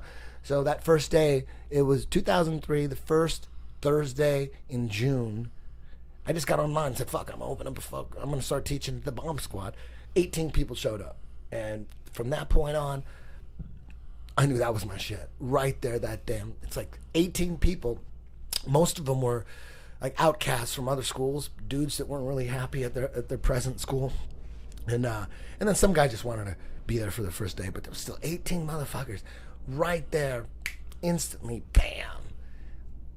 I was natural at running a school, just instantly. I'm like, I got these 18 motherfuckers. What do I got to do to make them not regret coming here day one? What do I gotta do? Check this out. You guys are gonna fucking line up, and I knew what I had to do to make them not regret it. Well, that's what I was trying to do. So it was really easy. I mean, the passion just came, boom. And I had no fucking idea I was gonna be teaching jiu-jitsu. I had no idea. I'm 32, teaching jiu-jitsu. That's the last fucking thing. I'm like, how would I ever even be successful? Now, while you're doing this, Eddie, I gotta ask you something, because I was thinking about something. I'm talking to you here. When you're on the floor and you're teaching these guys shit, because I used to go, and there you were, you hear fucking buds on, rolling with your little tight shirt on, sweating up a storm and shit. You were a savage. I mean, did you think that your jiu-jitsu, you were offering a different viewpoint of jiu-jitsu when you started teaching? Just in generalities here. I'm not here to... Well, I gotta tell you something. Back when I was a blue belt and purple belt, I was always a no-gi guy at Jean-Jacques Machado's. I was always a guy that was questioning the gi. It didn't just happen one day. It wasn't like this shtick that I thought of. I was always that guy. I was day one. You didn't like it. I'm like, wait a minute. No, I got into jiu-jitsu because of the UFC. That's what I wanted to see. I didn't like nobody. Royce is the only one with the gi. No one else is wearing a gi, and so I was just drawn to no gi. Whatever was closer to MMA. That's what I was into. It's weird because I see a lot of people doing stand-up comedy schools. There's 20 fucking... That's funny. That's fucking funny. Stand-up comedy schools. And people, is that working? People make a living. People make a living. In town in L.A. here? Now, honestly, Yes. do you think that it... if you to be a great iconic comic, would you recommend going to some kind of stand-up school, or would you say that a dude like Richard Pryor, they didn't need no school? I got two views. I'm from the school of fundamentals. I want you to learn the fundamentals the first time so you don't have to go back. Mm-hmm. So I'm from that school of thought. I don't want to throw you into the lions. Let me talk to you 3 times. Mm-hmm. Before I got on stage, I paid $33 for a stand-up comedy class. I wasn't going to pay $400 like most of those saps. Eight classes, graduate at the end with balloons and shit. That wasn't my bag. You got to bring 20 people. Meanwhile, some fucking half-wit. There was a guy in Denver that was doing that. But at the University of Colorado, they offered a $33 class for 3 Sundays from 1 to 5. And he gave you a worksheet, and at the end you had to do 3 minutes. And then he'd pull you over after class and talk to you. Was he a good comic? He was a mediocre fucking comic. But whatever he did, he opened up my eyes and kept me coming back. And that's what a great teacher does, is they keep you coming back. Yeah, I'm looking at it a lot different now. Now that I think about it, Yes. I'm thinking Yes. it could you know, even Richard Pryor, if there would have been a really good mentor type teacher, it could have saved him a lot of time in the beginning. Everybody could save right? time in the beginning. Yeah. You got to ask questions. Yeah. You got to ask questions. If not, you go to a comic, he's receptive, he's alone, talk to him, buy him a sandwich, whatever. Get those questions. When you work with a comic, it's like if I go to my first tournament, and it's in Albuquerque, and I go with 3 guys from 10 Planet. This is my first time. They're going to talk to me. They're going to talk to me and you know, listen, don't put your hand on the mat. They're going to just say little things to me that I never even thought about. There's people that don't take that advice, and there's people. I always wanted to do a stand-up comedy school. My problem is I got a different view on stand-up than most people. I know how to get good. There's only one way to get good. The way, if I came to you and said, Eddie, I have this ball in my house and I spin around on the fucking ball and all these omoplatas by myself and my wife, then I come to class, you know, once a week, how do I get good? You pull me aside and go, listen, you gotta be here 5 nights. That's it. Mm-hmm. I don't give a fuck what you gotta do. Yeah, shut the fuck up. I don't give a fuck if you wear the same gear. I ain't gonna wrestle with you. But you gotta be here all 5 nights. And you gotta eat, slip, and live this shit. And most people can't deal with that. Because I could tell when a comic's gonna work out as soon as they ask you about money. It's like if I come into the school and go, Eddie, let me start training. Eddie, when do I get my black belt? I ain't gonna last. Mm-hmm. As soon as I ask you for a black belt, that motherfucker ain't gonna last. Mm-hmm. Same thing with stand-up. I could tell in our second conversation, as soon as you ask me about money, as soon as you say to me, when do I start making $10,000? It's over. Yeah. Because you're doing it for the wrong reasons. You're doing it to save you instead of to save yourself. And that's the differences you see in people. So right away, I'm gonna scare you. If I have a class and I have 20 people, the second day I'm gonna have 14. Because I'm gonna hit you that fucking hard with what to expect. What to expect. This is what to fucking expect if you're gonna do this. This isn't a fucking thing you do for 3 weeks and then give it up. You gotta dive into this. You're gonna sleep in a house. You're gonna get raped. If you're a girl or a guy, you pass out in somebody's basement. You know, it's a fucking life of debt the first 4 or 5 years. Then it eases up and it's still deadly. And unless you're young and good looking and got a view, you know, it's a long fucking tow, you know, on the road and shit. Same thing with jiu-jitsu when you're teaching, you know, and then one day you wake up and you got 19 fucking black belts. And 6 of them got schools and they pay you a piece of the action for the fucking schools. It starts blossoming, you know what I'm saying? But it's a different pride. You look at the 6 guys next to you and you go, look at these 6 motherfuckers. I'm making a living from what Eddie Bravo taught them. They all came in here as white belts. Look at them, 6 of them. Got schools and shit. One guy flies around as a Brazilian around the world, tells people he's a fucking Brazilian, and he's fucking black from New York City. You know? How crazy is that? How crazy is that? So it doesn't. That's where the pride comes in. That's where I would die. Like, you know, they just did something on a 30-30. You don't watch those things anymore. You're the only fucking sports guy that don't watch dick. They just doing what coach, they brought him back. This motherfucker had like 14 players that went to the NFL in the first 3 rounds. Like, how did you know in college? How did you know? You know, he had 8 of them that were Pro Bowlers and shit. I mean, the people that stood next to this coach, you're like, that's a team without a quarterback. They don't even need, look at these gorillas. They don't even need a fucking quarterback, this team. That's a, you know, how do you know? How do you know the future? You know, this is what you instilled in these guys. Sometimes your own kids don't listen to you, but some fucking kid from a fucked up neighborhood will listen to you and he'll believe you. He'll even believe his own father. I always love that when it's like someone just kind of falls into it. It's what, like Eddie, yeah. That's what life is about. All these motherfuckers that go to college and they plan shit and they sit there with a notebook and when they're 6, I'm going to be a fireman. You're going to be a dick sucker. What a fucking fireman? You don't even know. You'll change 18 careers by the time you're fucking 20. And then something happens. I had a friend, dog, that was a fucking cook in a kitchen. And he was loyal to the guy for nothing. He worked there because it was what he wanted to do. And one day the dude came in and said, I'm dying of AIDS. I'm going to leave you the restaurant. The dude's a millionaire now. It was just like a college summer job or something? Yeah. And the dude stayed there. You never know what's going to fucking happen in your life. Well, ain't that fucked up, man? Yeah. You never fucking know. Teaching jiu-jitsu, seriously, man, I'm 32, and that's the last thing on my mind.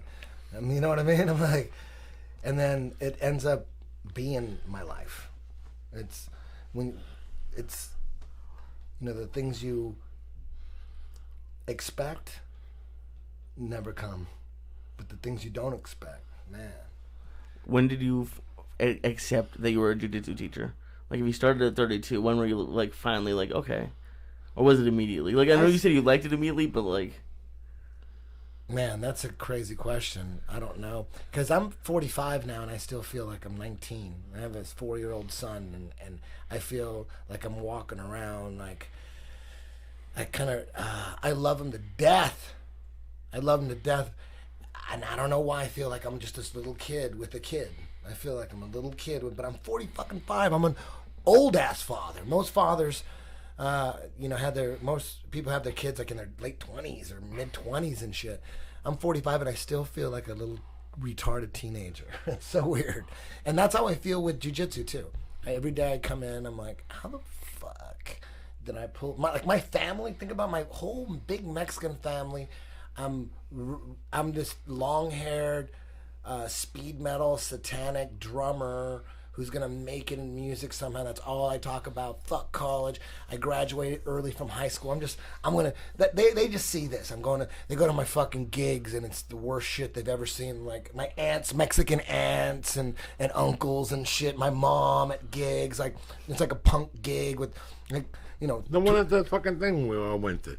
And your mom showed up down there? No, I'm talking about when I was fucking 16, 17, 18. Shit. You know what I mean? Like shitty speed metal type stuff. And then all of a sudden, you know, then I end up moving to Hollywood. They still think, oh, look at him. He thinks he's going to be a fucking rock star. You know, how's the demos? How's the music business? You know, imagine this guy, pussy, not known as a fighter at all. I wasn't a fighter. I wrestled in high school, but no one ever thought that was fighting. And then I go to Hollywood and I see him for year after year. You know, I'm got a new demo, got a new band. It's just a matter of time. And like, how's the music, Edgar? How's the music? Oh, really? Okay, you got a new demo. And they're like, you know, I'm just delusional in Hollywood trying to make it in music. And all of a sudden, I'm doing jujitsu. I get. As a brown belt, I go to Abu Dhabi. They know I'm doing martial arts a little bit, but they don't take it seriously. It's like like I'm doing pottery or something. And then I go, check this out. I go to Abu Dhabi. I tap out Hoyler and lose, but I don't win the whole thing. And I get back, and my mom asks, "How was Brazil? Did you win?" I go, "Well, I tapped out Hoyler, but I didn't win the whole thing." Oh, baby, maybe next time. You know, she didn't reach. They didn't even really acknowledge it. Really, I'm just this guy trying to make it in music in Hollywood. That's my whole purpose, my whole life. And then all of a sudden, they start hearing that I'm this. More, they hear. I don't really talk about it with them. They don't. But then they're hearing from their friends that their friend's son has my book, and my uncle calling me going, "Dude, are you fucking like some martial arts dude or something?" Is the dude I'm working with, his son says, you know, and little by little they're like, "How the fuck are you this jiu-jitsu guy?" You know, I was a pussy growing up. I would cry at everything. You know, cop would pull us over. I'd start crying and shit. I'm the biggest pussy on the planet, and now my whole family, they know me as Edgar. Like, what are you, like who is this, Eddie Bravo karate guy or something like that? They're like fucking freaking out. They don't understand it at all. I'm like, and that's what answers your question is like, I walk into class and I'm that motherfucker that my family sees. You know what I mean? I'm that little pussy that grew up that can't believe. I tell them, I go, I don't know how people are paying for this shit. I don't know how I ended up like this. To them, I'm just this wannabe fucking musician dude. And now I'm making money as a jiu-jitsu instructor. I don't know it's like, how did I pull this one off? It's like, I'm getting anxiety just thinking about it, though. I'm getting anxiety because when you're saying I'm doing this, I'm doing jiu-jitsu. In 95, I was stealing, Eddie. But I was doing comedy. Yeah. You know what I'm saying? I was stealing, selling coke, but I was doing you comedy. feel the same way. You're like, I pulled it off. I pulled this shit off. Every day I have a pulled it log off. when I wake up. Every day I write something in the morning after I drink coffee and smoke. And it always ends with, I can't believe I did something with my life. Yeah. That was it. Like I did something with my life. Like I'm happy something. Even if it was a